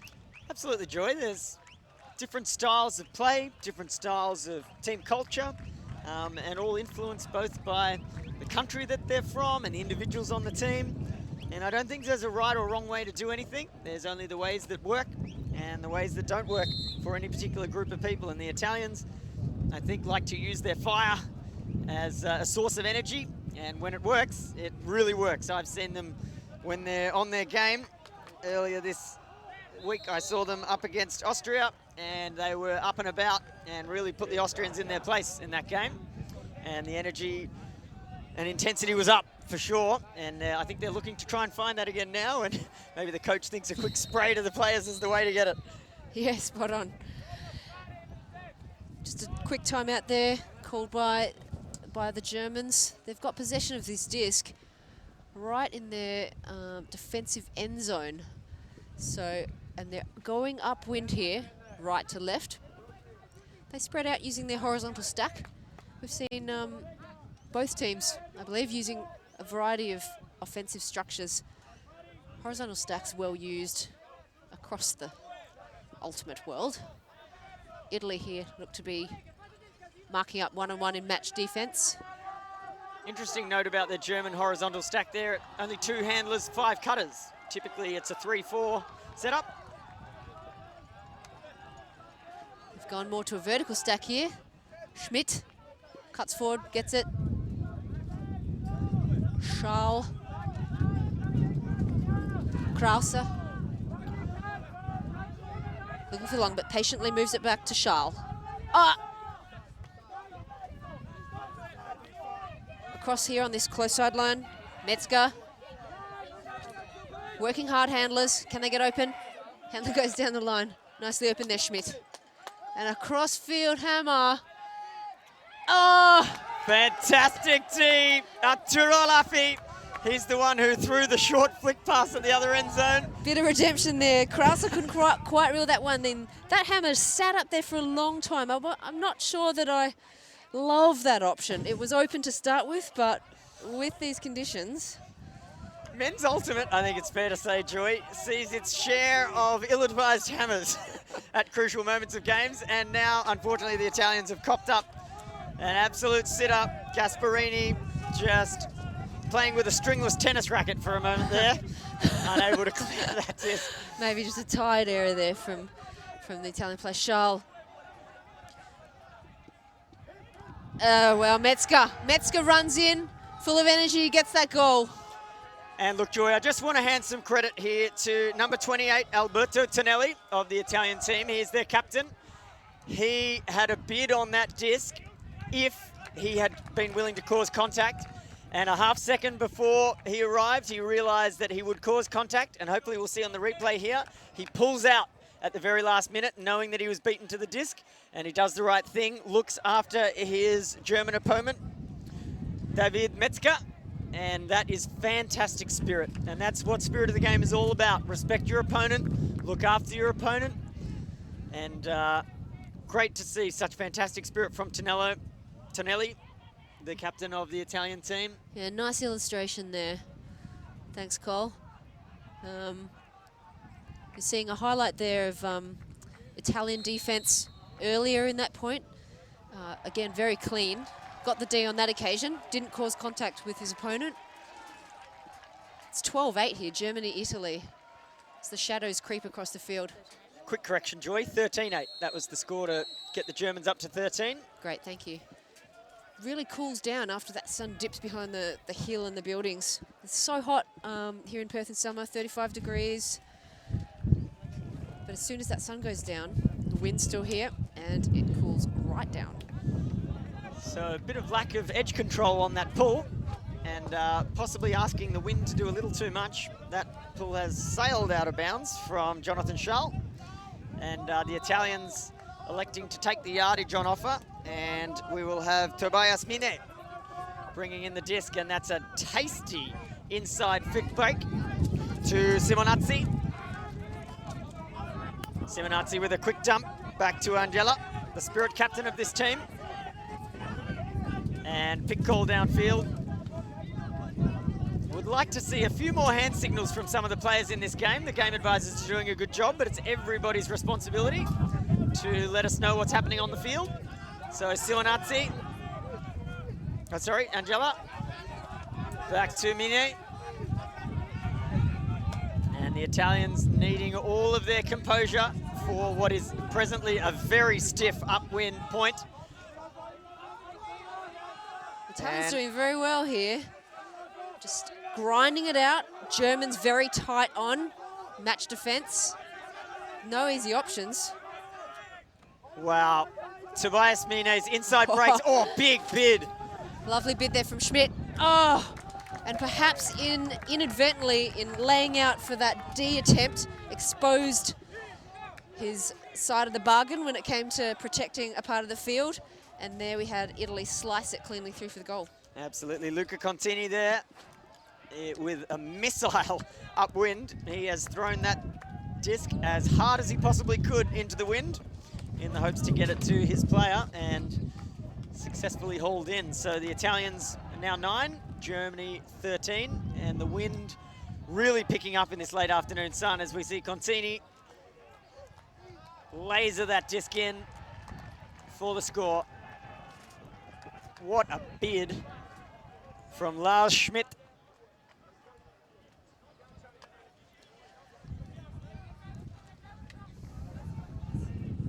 Italy here, what can they do? They're 4 points behind. It's a bit tricky, but absolutely still possible. Italy have shown they can string a run of points together. So I think the key for them is their offensive decision making. We've seen on that last point upwind, nobody making any rash decisions. And they do have the skills to maintain control of this disc. As Tognetti launches the pull, he is a mainstay on this team. He's played a lot of points in this game. Some familiar faces definitely starting to emerge. Charles went long. Oh! Oh, Tobias Mine read that beautifully, and you can see the dangers that lurk when you huck upwind. Charles had to wait and camp under that disc for maybe a second too long. So what can the Italians do now? Mine has just uncorked a monster shot deep, and it's brought in by Tognetti. He immediately dumps. Back to Tognetti. The Italians need to calm down here. That's a lefty backhand flick over the mark to Massimo Vagliavello. A bit of swagger there from the Italians. A D, and then some quick movement forwards for their downwind gold there. So if you're new to watching Ultimate, one thing that can happen when a wind like this is forcing the game upwind and downwind is deep shots in the upwind direction often take a lot longer to get down to a catchable height than they would if you were thrown the other way. And that's where the Italians managed to capitalize in that case. Then when you huck it downwind, as they did there to Tognetti, you've got to be very careful not to overthrow your receiver. And Tognetti here with a cheeky little lefty backhand over the top, landing on Massimo's chest. Absolutely. Two types of hucks going up there. First upwind, as Cole described, then the downwind. And you saw the difference in how the disc behaved there. So Tobias Mine, if I'm not mistaken, has played the last 5 points in a row. He is anchoring this D-line and causing blocks and then throwing bombs. He's a very complete player, and I'm very impressed with what I've seen, with everything except perhaps for his haircut. They're certainly showing a lot of confidence to wear that haircut, I think. I think these guys have confidence. That's confidence is not lacking here. Absolutely. Vollerberger here. Germany straight away downwind. They take that option. Oh, and he saw it just sail neatly over. Krauser here had to stretch up and get it though because it was quite a high disc. Hernerschmeyer looking to move his mark. Straight to Vollerberger. Slips over an inopportune time to his brother, Vollerberger again. Oh! Safe hands there. Is that Hartmann? He's shown such composure and poise here. Vollerberger. His brother cuts up the line, but looks off. Tightly guarded there. Backwards then to Vollerberger. And a sharp, incisive attempt. Oh, just too far. It's downwind, but has pushed it a little too much zing in that throw. Yeah, we have a phrase in Australia, Joy. A few too many wheat bix for breakfast. Means you're gotten a little bit too keen, given a bit too much power in the disc, and I think under 24s men's is a great place to see people put a little bit too much power into the disc. So touch is something that comes with maturity sometimes, and players that can control. Oh wow! The second to the knifey swing. Well recovered by Lorenzo Pavan, and a timeout called by number 27, Filippo Simonazzi. Timeout called, then immediately through the disc with an expression of emotion, shall we say. Yes, that was quite a dramatic timeout call, Joy. One of the more enthusiastic timeout calls I've seen today. I think he wanted those extra 75 to 90 seconds. Absolutely. So, Joy, do you think the Italians have got it in them? Can they affect a 4-point turnaround in the closing stages of this match? I think they do, Cole. We've seen them come on mini runs, shall we say, in this game, affecting a few points in a row. This point, I think, is really important. If Germany get this one, that makes it 14 for them, which is on the verge of winning the match. Game to 15 here. Italy run on their passion, their emotions. They're quite hyped up here, as you saw with that energetic timeout call. If they can get this one, they'll rouse themselves, I think, and who knows what could happen here. That would be 11-13 in that case, and that's super close. Absolutely, Joy. And the other thing that an Italian score now, that a German score now would do is force the Italians to play the next offensive point upwind. That would certainly be a challenge for them, so they'll be hoping to effect a stop here. It'll make their run towards the end of this game much more achievable, I think. For me, I think it's all about intensity on D for the Italians and calm option taking on O. They've shown that when they are careful, they can move the disc confidently. So the Italians on offense, working their way upwind. They really want to score this, force the Germans to come upwind in the following point. Let's see what they got. Horizontal stack here on offense. Germans match defense. Someone cutting in from the side, just a simple in cut. Germans sticking tight. Germans are super tight here at the moment. I can't see a matchup with more than 1.5 meters between them, the two players. Finally find someone with a bit of separation. All over the park, still tight. Germans obviously very motivated here. Tobias Mine puts the disc out for Filippo Simonazzi. Back now to Valiavelo and Luca Tognetti, who has sent an ill-advised laser through the stack, and the Germans able to easily cut that off. Yeah, I think maybe a loss of patience there. Germans, as I said, were super tight everywhere. And as the point wears on, that can, it's so hard to reset mentally to one throw at a time. It starts to accumulate in everyone's heads about what a job this is. So the Germans have asked for a fresh disc. Seemingly the defensive effort caused the previous game disc to lose its roundness. Oh, and timeout called there from Germany.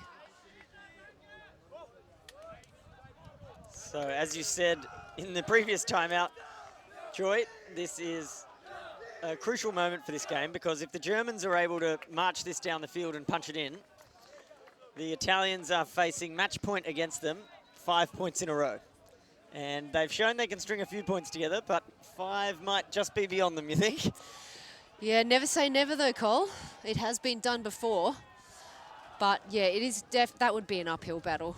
Germany here, they got that block, and now they've called the timeout. Bit of vision here from Japan, Australia. So we'd heard that had gone to 8-7 Japan at half. And let's cross to Max quickly. Thanks, guys. It is 11-11 right now. It could not be any closer. Both of these teams putting their bodies on the line is seriously zones all the way. It is an incredible game to watch. I'll keep you updated as the game continues. Thanks very much, Max. So super close, going down to the wire. Down there, Japan, Australia, in the power pool stage of the Under-24 World Ultimate Championships. We're here though in the final stages of Germany, Italia. 13 to Germany at the moment, 10 Italy. Germany to bring back the disc. Folleberger, Hartmann.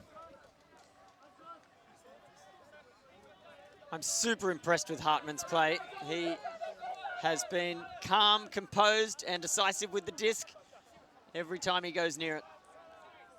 Spot on there, Cole. Folleberger here. Oh, miscommunication. It's sitting up though, but just in time for Mine. Oh. Deliberate Mac to gain ground. That's not a tactic you'll often see. That was a pretty cheeky little move from Tobias Mine. Put that one on the man's highlight reel. That was pretty cool. Oh, the Italians now. Oh, they've done it. No, travel call. Back here with Filippo Simonazzi. Germany have got to pick themselves up here. They've got their heads down a tiny bit, but they are tightly matched up here.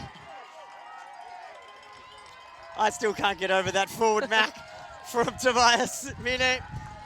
That is a pretty brave thing to do when possession of the Frisbee is so critical.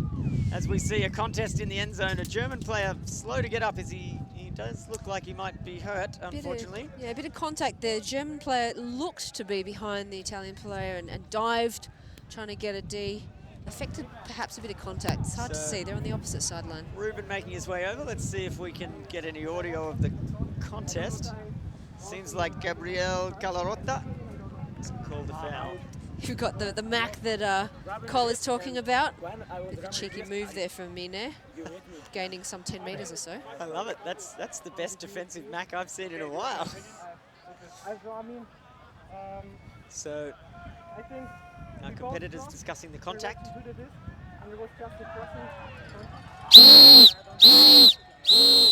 Oh, triple whistle there from game advisors, just indicating that the discussion has gone on for at least 30 seconds and things should be wrapping up now, if not very, very soon. So Calarotta going to collect the disc. I think we have seen an uncontested foul, and he's did not complete the catch, so he takes the disc from the end zone line, directly adjacent to where the foul occurred. And the disc is coming in on stall 1. He takes a quick dump, back to Tognetti. What an impressive player he's been today. He's seeking a dump, stall counts rising, he's put it into the end zone, that's a phenomenal catch! There's a call. And there's a call. Looks like a contested stall. I don't wish to editorialize too much, but if that's 10 seconds, I'll eat my shoe. And they don't look like your best shoes today, Colin, sorry to say. So Tognetti's not happy about it. Let's see if Hartman, who's shown he plays with great spirit, so I don't wish to cast any aspersions on Hartman. He firmly believes that he had counted the full 10 seconds. And for my part, I think justice has been served there, and the Italians maintain possession. And Tognetti gets his just reward. He loses an assist off the stat sheet, but he gains a goal instead. And our man, Tobias Mine, with the assist. What an impressive player he is. And the Italians maintain just enough momentum to keep this contest alive. Anything could happen at this point, Joy. It's 13-11. Absolutely, that is the close comeback margin that Italy were looking for. And how dominant has Tobias Mine been in this match? He's been everywhere. And as you say, both those Mine guys have played a lot of points this match, a number of points in a row. Can we cross to Ruben quick? Yeah, just a point of clarification on that foul in the end zone. It is a relatively new rule, so not everyone is familiar with it, but the disc should have been checked on in the end zone after that uncontested foul, and then walk up to the goal line. The old rules, you start from the goal line. We've changed it now, so you start in the end zone and then walk up. Thanks, Ruben. So the difference there being that the players can move when the disc is moving back to the end zone line. And we've got Max with a score update from the Japanese-Australia game. 12-11 here to Japan. You can see them work that in.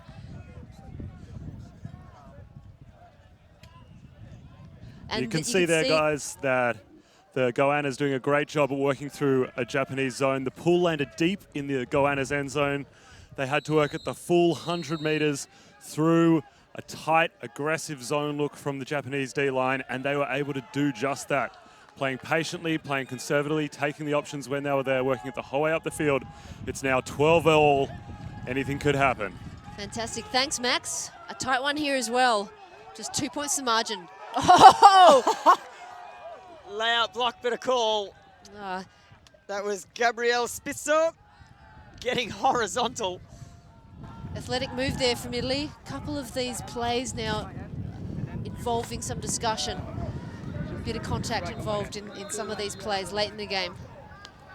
I did not have full control of the disc, and I'm not calling a strip. I'm calling a foul because you just threw on my hand. So he's calling a foul. What do you think? I think there was not. So you contest? Do you think there was no contact on my hand? Did you not touch my hand? The disc first. So it's just going back here if it's contested. So. All right. Great stuff. Love the insight we get there with the mic'd up game advisors able to take us onto the field and hear the discussion between the players. Spisso's layout block there caused contact with number 70, David Metzger, and he called a foul. Metzger cuts again, has it now. Store count moving on, managed to unload.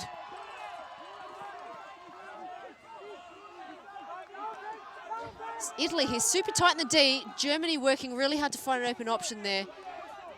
Schmidt on the sideline, and Krause had to lay out right in front of his defender just in order to secure that disc. Charles here. His defender sagging off, so he's got the disc for now. Schmidt again. Krause. Charles. Germany very patient for now. And Charles.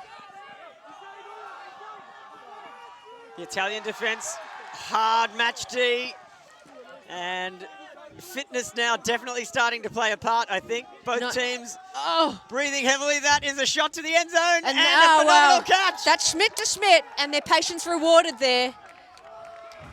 Jan Schmidt to Lars Schmidt, I believe. You saw them take their time, and the store count no doubt got a little bit high on some of those possessions, but worked it around, didn't lose their cool, and Schmidt was able to sit that disc up so nicely for his brother, and it at first moved past him, but he was able to run it down, grab that goal for Germany. Yeah, difficult throw here. We see on the replay, that's quite a narrow window he's got to throw through, and particularly into an upwind, getting a flick to stay sitting flat and politely catchable. That is an expert throw from Schmidt. And Germany now on match point, every point until the end of the game. Absolutely. Nice vision there, the replay, 66 to 99. Jan Schmidt to Lars Schmidt.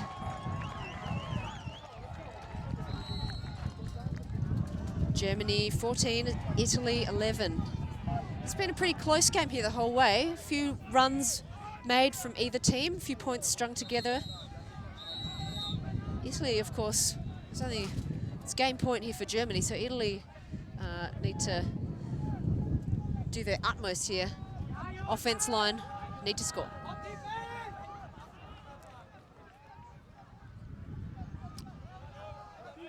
So Bruno Mine with the disc, and just to let you know, if you're watching the coverage here, that should this game finish before the Australia-Japan game has ended, we will switch our coverage to the phenomenal layout block. Schmidt doing it all. Germany with the opportunity to close this out now. Krause. Charles here, flick down the line. Schlur. Oh, and just a wayward pass. Quite keen. Trying to force that one in. Germany probably thought that was it. I think they thought they could write their name in the record books. Oh, wow. But you saw there the replay of that athletic block by Schmidt. He's very, very tall, and he used his height as length there to just dive across the space of his... and again. That's Metzger this time, David Metzger. And the Germans determined to take this game away from the Italians. They want to put a full stop on it right now. They don't have far to work it in here. This is Charles. Germans in a vertical stack. Oh! It looks easy from here, Cole, but, you know, it's not quite the same. Yeah, it's a high-pressure situation, and the German team have performed admirably throughout this contest, and I think now they need to just take a breath when they get a chance to hold the disc and treasure possession. Oh, fantastic diving catch. That's Arturo Laffi. And he has just sent a beautiful upwind huck, which is caught by Angela. The Italians now hoping to keep themselves in this game. There's a quick dump. Oh my goodness. Charles on the mark there. At the critical moment, that is the worst throw of the game that we've seen. Oh my gosh. And in the other direction, both teams now, you would think, exhausted and making some silly errors. And that can be the difference at World Championship level. These under-24s players needing to mature in their game style sometimes. Oh, another massive layout block attempt. Another bid there from Charles. These guys are throwing their bodies around, but they need to show a bit of decision-making stamina on offense. Let's quickly go to Max for a bit of an update.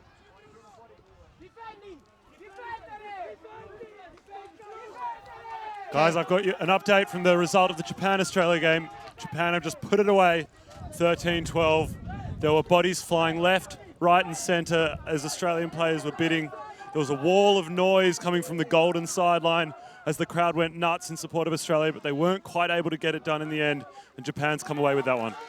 Thanks, Max. That's super tight. Good one for Japan. A blow to Australia. This one is also potentially wrapping up soon. We've got a big upwind huck. I don't think he's going to make it. This has been a crazy point. It has, hasn't it? Gigel Morcini, you can see him giving it absolutely everything he had. But that throw, you can see Arturo Laffi, the captain, apologising for that throw. He let his youthful exuberance get the better of him on that occasion. Yeah, and this epic point continues. Definitely. We're seeing some of the German discipline, the characteristic German discipline, disintegrate a little bit just in this last point. And that mood is also infecting the Italian players. But, oh, just too close to sideline there. We've seen a greatest attempt there from Kraus. He knew he was going to land out of bounds, quickly threw the disc inboard in the hopes that one of his teammates would catch it. But Bruno Mine comes up with the disc to Semprini Cesari. Dumps back to Mine. Can the Italians keep calm, maintain possession? Angela out to Laffi. Laffi with a cheeky inside flick to Cesari, to the goal line, and that is Angela, the Spirit captain, with the score. And the Italians now 13. And they are going to force the Germans to work it. They're actually 12. Oh, beg your pardon, 12. The Italians are going to force the Germans to work upwind to score this next point. So the game not overjoyed. Can the Germans do it? Well. So we've hit over 100 minutes on the game time clock as well. But Germany, 14 with game to 15. We're going to have to, both teams are going to have to find a way here. So, quite a tense matchup here. The Germans look to have the game sealed up just a few minutes ago, but the Italians have found some of their signature spirit. And honestly, if you could clone the Mine brothers 5 or 6 times over, I think you'd take it. Yeah, that last point seemed to probably, from the German perspective, go forever. What they wanted was a quick score. And what they had was a tussle to and fro, multiple turnovers, and Italy coming away with that point. Germans now starting on offense. They're going to be on the right side of your screen, and they're going to have to reset mentally. I wonder how many fresh bodies are on that line after that mammoth last point. Very deep pull there from Italy. Not sure if it's going to stay in. It has sailed out the back, and the Germans calling for a break.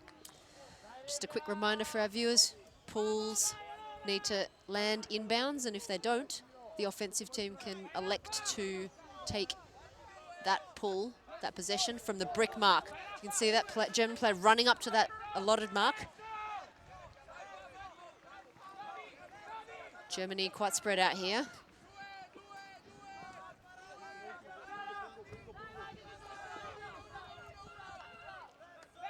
Faliba. To Hartmann here, a pick call. We've got both Folibers on here, Andreas and Martin. Let's see if they can use their calm connections. We saw a lot of those two earlier in the game, passing one to another, getting a loads of the disc. Let's see if they can calmly slot this one in. Oh! Diving block attempt from Lorenzo Pavan. He missed the disc, but caused enough chaos, and the Italians have possession again. Here's Tobias Mine. He has been an incredible presence on this field. Simonazzi now has struck to the goal line, and they've scored, I think. No, we've got a call. I think a foul called.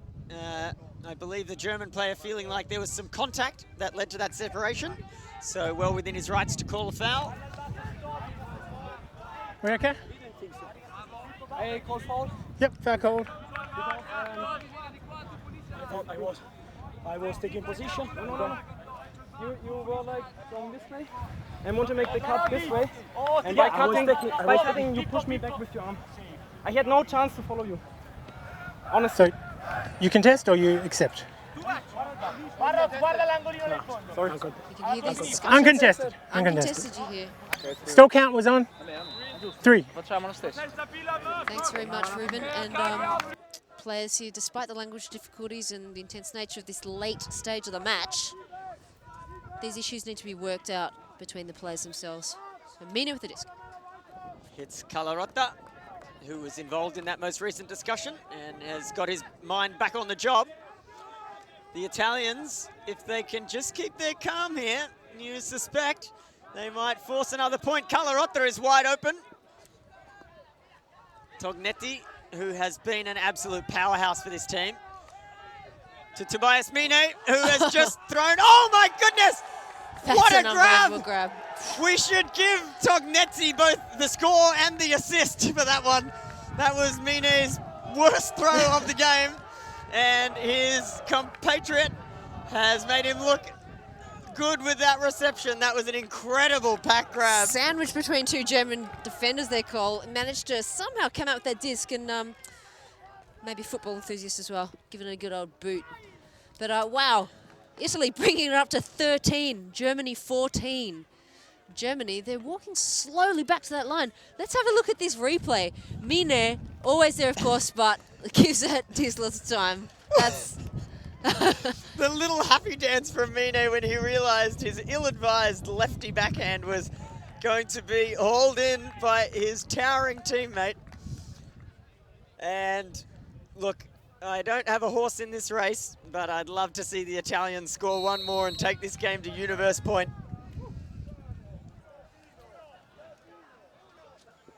So, Germany coming downwind. They have it all to win. a couple of points ago, Cole, where it was 14-11. We were saying, oh, have Italy got it in them to bring it back? 2 points later, it feels like a completely different game. 14-13. Now it's Italy who are full of bounce. They're coming out in D. No surprise to see Tognetti and Tobias Mine on the defensive line. They have both been absolutely phenomenal. In fact, this defensive line looks very similar to the one that contested the last point. Follower here, looking for his brother. Oh my word! Oh, and a miscue. The other follower diving in his attempt, but Italy on the verge. Oh my goodness, Italy have done it! We're going to universe point. We are going to universe point. The Germans are going to have to bring the disc upwind. I think if you looked at the odds so far throughout this contest, you'd have to say the Italians are in the position you wanted to be in, holding the wind in their stead. The Germans did the advantage to start with the disc. And the women's matchup between Japan and Canada was an absolute nail-biter joy. We've backed it up with another in the men's division. This is the show filled with drama today, definitely, Cole. I saw Italians up and about as that goal was scored. An impromptu cartwheel from one of the Italian players. Lovely. Germany need to sprightly up here. They are looking down in the dumps. A couple of miscues, but they have to pull it out. Often it's just that it's the toughest position to be in here on offense after a defensive team has scored a few in a row. Yeah, the Germans, I think, need to engage the 8th player. That's their sideline. The people on the sideline, players on the sideline now have played their part on field, but they're not out of the game yet. They can contribute to their team's success by getting loud, providing support. And at the moment, they look a bit dejected, and you'd like to see them get the energy up, support their teammate. 3 in a row there for Italy. And Germany, I think, will be ruining some of those hasty shots earlier in the piece. Signals from I was shifting myself. players. I think that you're too close to me. Yeah, I was close, but it's not a foul. I can't move without touching you, and I'm just moving. I don't think it's a foul. You can start to play. I can help. Yeah. I think you were too close. Yeah, it was too close. So it's your fault if there is contact. Yeah, I know. That's what I think. Okay. That what I said is that he can stop the play. No. If he calls a foul, because you're too close. It's contact, not foul. No, he can call a foul to stop play. That's fine. Okay, and uncontested. Uncontested. Yep. Ruben there clarifying, contact is a different call to a foul. Contact does not stop play, but it did in that case. Follower here. Can Germany do it? Hartmann sends one. It's a high looping pass. Oh, Italy there.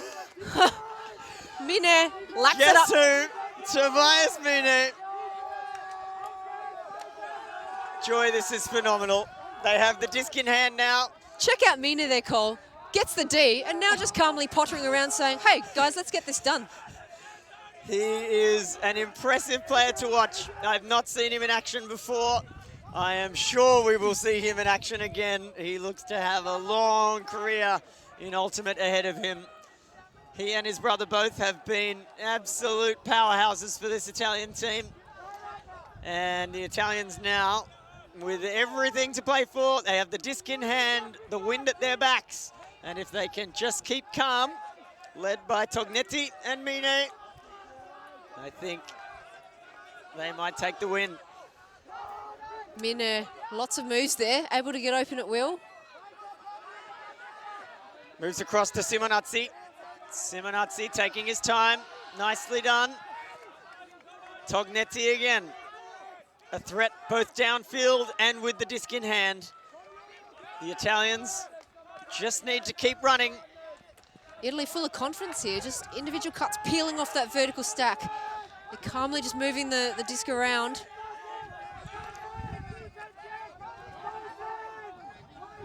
Mine faking, but just takes what he's got. Calarotta.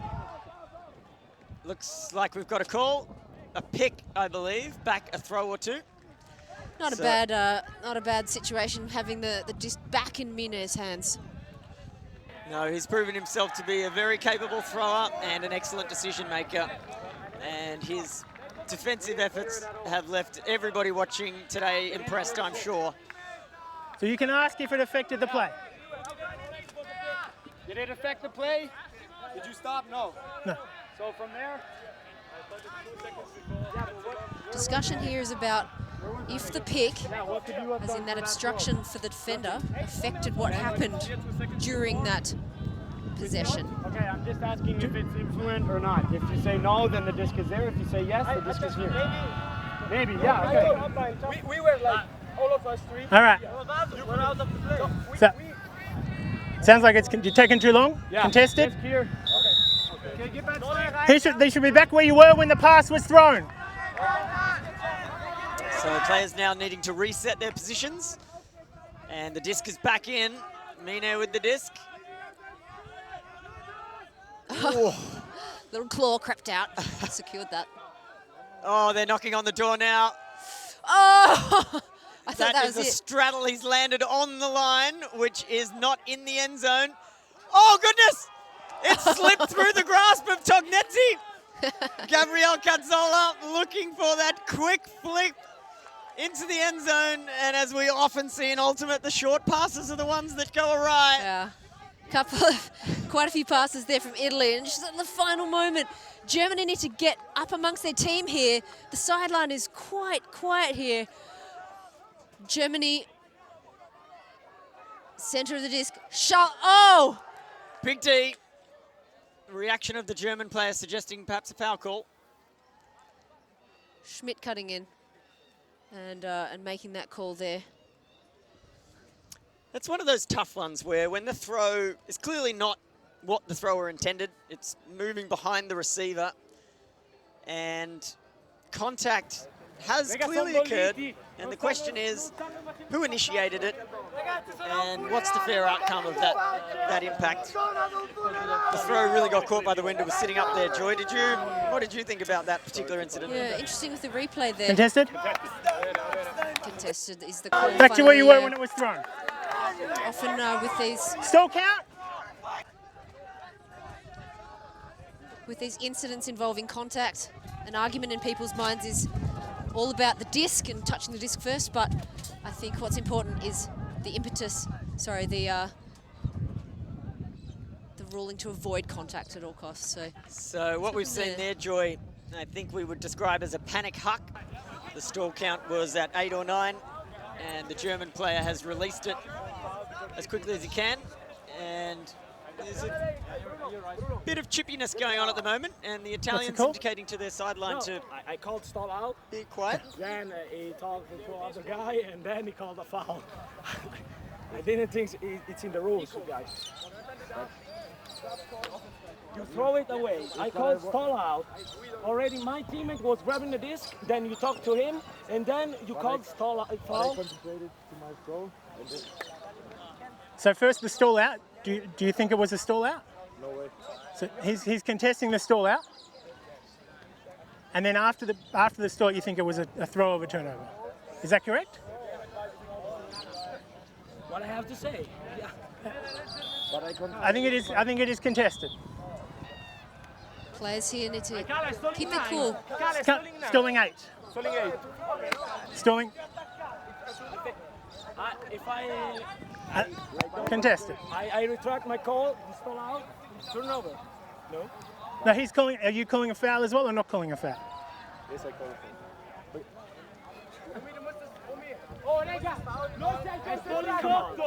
I think it's contested. It's contested. Are you calling a foul or just stall out? Come on. It's contested. It has to be coming back in on 6. Dann musst du es da callen. The guys, War das beim letzten Wurf? contested. Should come back in on 6. He's calling a foul.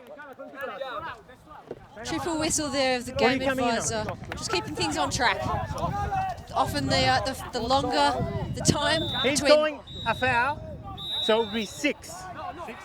I'm calling stall out. He is calling a foul, So Carlotta, but a contested foul. The unfortunately, rules at say this point, 6. Carlotta, my bad, C'è turnover. probably needs to get his head back in the game as we see a stall 8 panic huck. And that is a fantastic grab. Kraus, to my eyes, seeming out of bounds, and There's a stall out called, but you have to resolve this first. So, you think it was out? yeah, Kraus Okay. with great spirit there, indicating that he landed out of bounds. Out? Okay, so it's out. Is this uncontested? Contest or no contest? Cala, è contestato o no lo stall out? It's a turnover. It's a contest. So it's a turnover over there then. Okay, stop.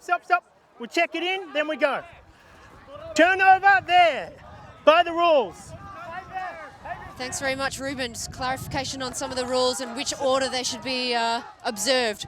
So we had a fantastic second effort grab there over here, but that player was out when secured the disc. So, Tognetti. Simonazzi now with the disc. He's looked to the end zone. There's a pick call. Michael Farina was very, very open, and no arguments from him. There was a pick in the stack. So, Filippo Simonazzi with the disc. And this has been a thrilling contest. Unfortunate to see a little bit of disagreement here at the end, but here's Tobias Mine, faking hammers. He is looking for a dump. It sits up, but Tognetti's good enough to bring it down. Germany here absolutely scrambling. Phenomenal push pass to get it over the second defender there. And he has just punted that. Oh my goodness, I think he's towed that in. And it's been called out by the Germans. 44 on the German teams, that's Martin Wohlberber, is calling it out. Wow, high drama here, Joy. Absolutely. Certainly, when it was caught, he had his toe down. If you want, there's a camera you can look at. So you're at home, you're lucky to see a replay straight away here. Oh, And that looks, What's the call? that looks out from here. Call is out. Yep, correct decision. close His foot to the was line on the here. line. Yeah, on the line, close, but here in Ultimate is out. So they are allowed to refer to the camera there as long as it doesn't delay play. So that was well resolved. Thanks, Ruben. And here we are still on this nail-biting universe point. Germany with the disc, moving upwind. Germany to Charles. What can Germany do here? Oh, over-firing some of those. Too far. Fantastic defense from Cazzola. Puts his body on the line to ensure that disc meets the grass. Tobias Mine with a very aggressive inside flick. And Bit of a Hail Mary there with a bit of a hasty throw, I thought, to someone who perhaps didn't have a whole bunch of separation. A couple of players down, the big pack forming under that high disc. yeah, Simonazzi's throw, I would not Is there a class as call? a particularly good decision. There's a foul called. There's a foul called in the end zone. What's the call? Foul. And? But I've no clear view of what. No. I was standing and then I fall on the ground because he was there. Okay. That's what you think. What do you think? You can ask your teammates if you would like help. From my point of view, if it's okay if I tell my point of view, we were all under the disc. You two come from there. We were here. Johannes comes also Okay, from so behind. that's the time limit. It should be treated as I think contested. there was so much contact in the air. Everybody could So get to we've the got a disc. quick replay here. That's the time limit. The rules say it should be treated as contested now. So disc should go back to the thrower. Contested. That's what the rules say. In those Everyone situations, should go back to Joy, where they were when the disc was thrown. Okay? very difficult for the players to work out what happened. You've got multiple players from both teams in a packed situation. Difficult to know how that should be resolved. Definitely, and I think, and from experience, the longer one discusses these things, the less clarity you get. So, as Ruben pointed out there, the discussion goes on for a certain amount of time. It's now treated under the rules as contested. Disc goes back here to Italy. So Simonazzi would be hoping to make a better decision with the disc. He has got it in the hands of their key defensive handler, Tobias Mine. He's got Calarotta and Tognetti. Wow, those three can take a lot of credit for the incredible, brought down. Great grab by Vagliavello. A loud grab there to secure that. Filippo Simonazzi. Wow, how safe are Mine's hands. Oh! What a Lars day! Schmidt, what a What time a to day! pull out the biggest loud block, perhaps of this tournament, that he's able to effect so far. That was full extension. He was behind his player, came through cleanly, I might add. And what a time to pull that out. And now we've got Krause with the disc. Is that the Germany needed? They look a bit refreshed. They look like they're moving with a little more purpose. The sideline's certainly in full voice now, Joy. They're full of heart. Can the Germans beat the Italians and the win? Charles here, and there's Schmidt, who performed that block. Oh, IO flick attempt. The disc is sitting up. Who's got it? Oh, fantastic contest. And yet again, great spirit shown by both teams here. There's been some tight contests after that chippy set of calls, and people are showing the maturity to accept when things haven't gone their way. Definitely. I great agree to there. I agree there, Cole. Jan Schmidt perhaps received a tiny bit of a bump after that disc passed him by, but no foul call. We were able to see it again. So got his hand on it, received maybe a little, just a tiny bit of a bump, no call. So both teams there exchanging a player. The Germans had an injury, and the Italians taking the opportunity to bring on a set of fresh legs of their own. And the Italians have the disc. Oh, it's down. Tognetti unable to hang on to the laser that was sent to him by Simonazzi. And the Germans again with a chance. slicing attempt there. Charles here. Goes around Mine. Where did he come from? Darted out of the stack, was nowhere near that, and it somehow managed to dart out, get his hands on it, secure possession for Italy once again.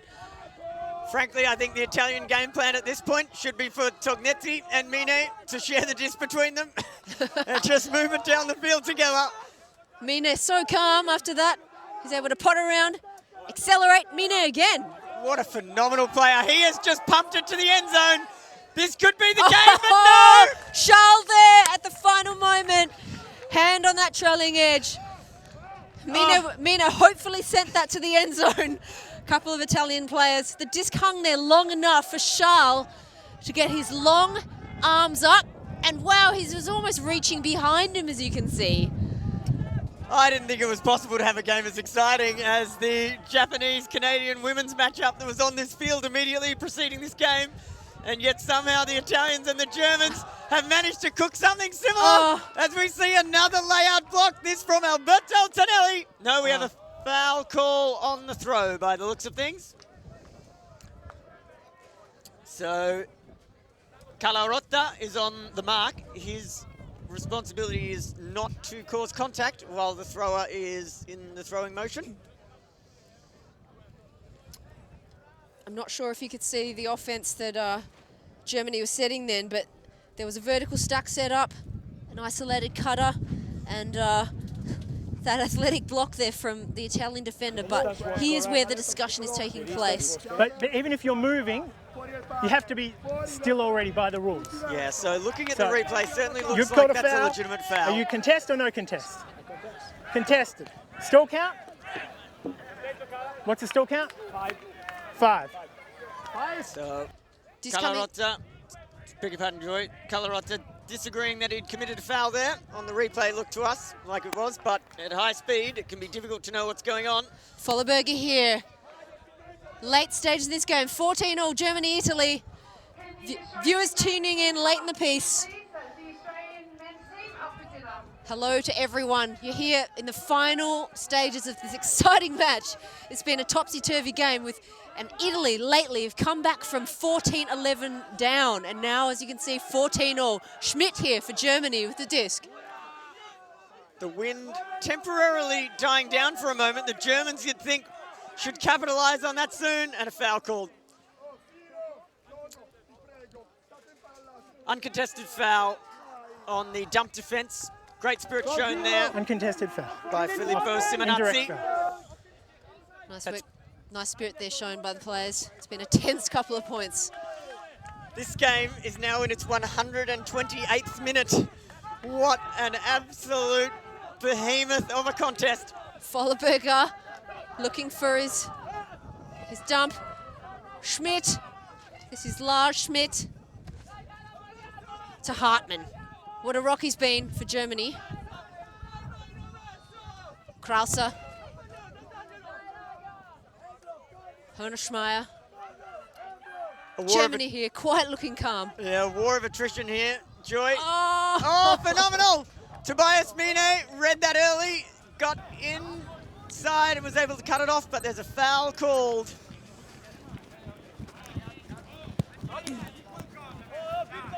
I was there way before you, and I think they know it. You good? we can see a replay of that. Here it does look like Mine had got to that inside space. There was a bit of contact, but Yeah, well resolved there. I think they've come to the correct decision, Mine, with an early read on that disc. And we have a stoppage, probably a pick in the stack. let's have a super quick cross to Ruben and get his take on what happened there. And Yeah, so the sideline German players said that there probably wasn't a foul call there, so the player was happy to accept that. great, thanks Ruben.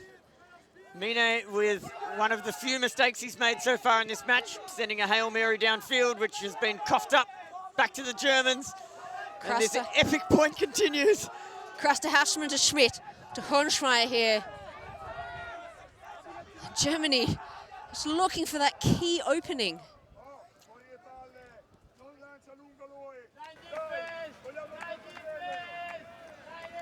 It's a No light- contest.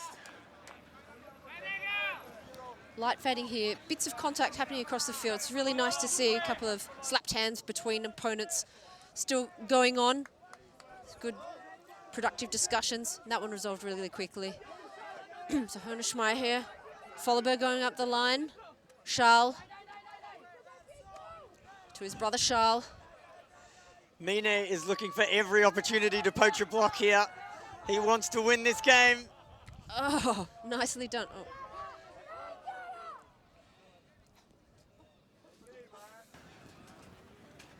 Yeah, so looks like a foul downfield, and the Italian player showing some concern for the welfare of his German opponent. They all good? Okay. So Okay, all good?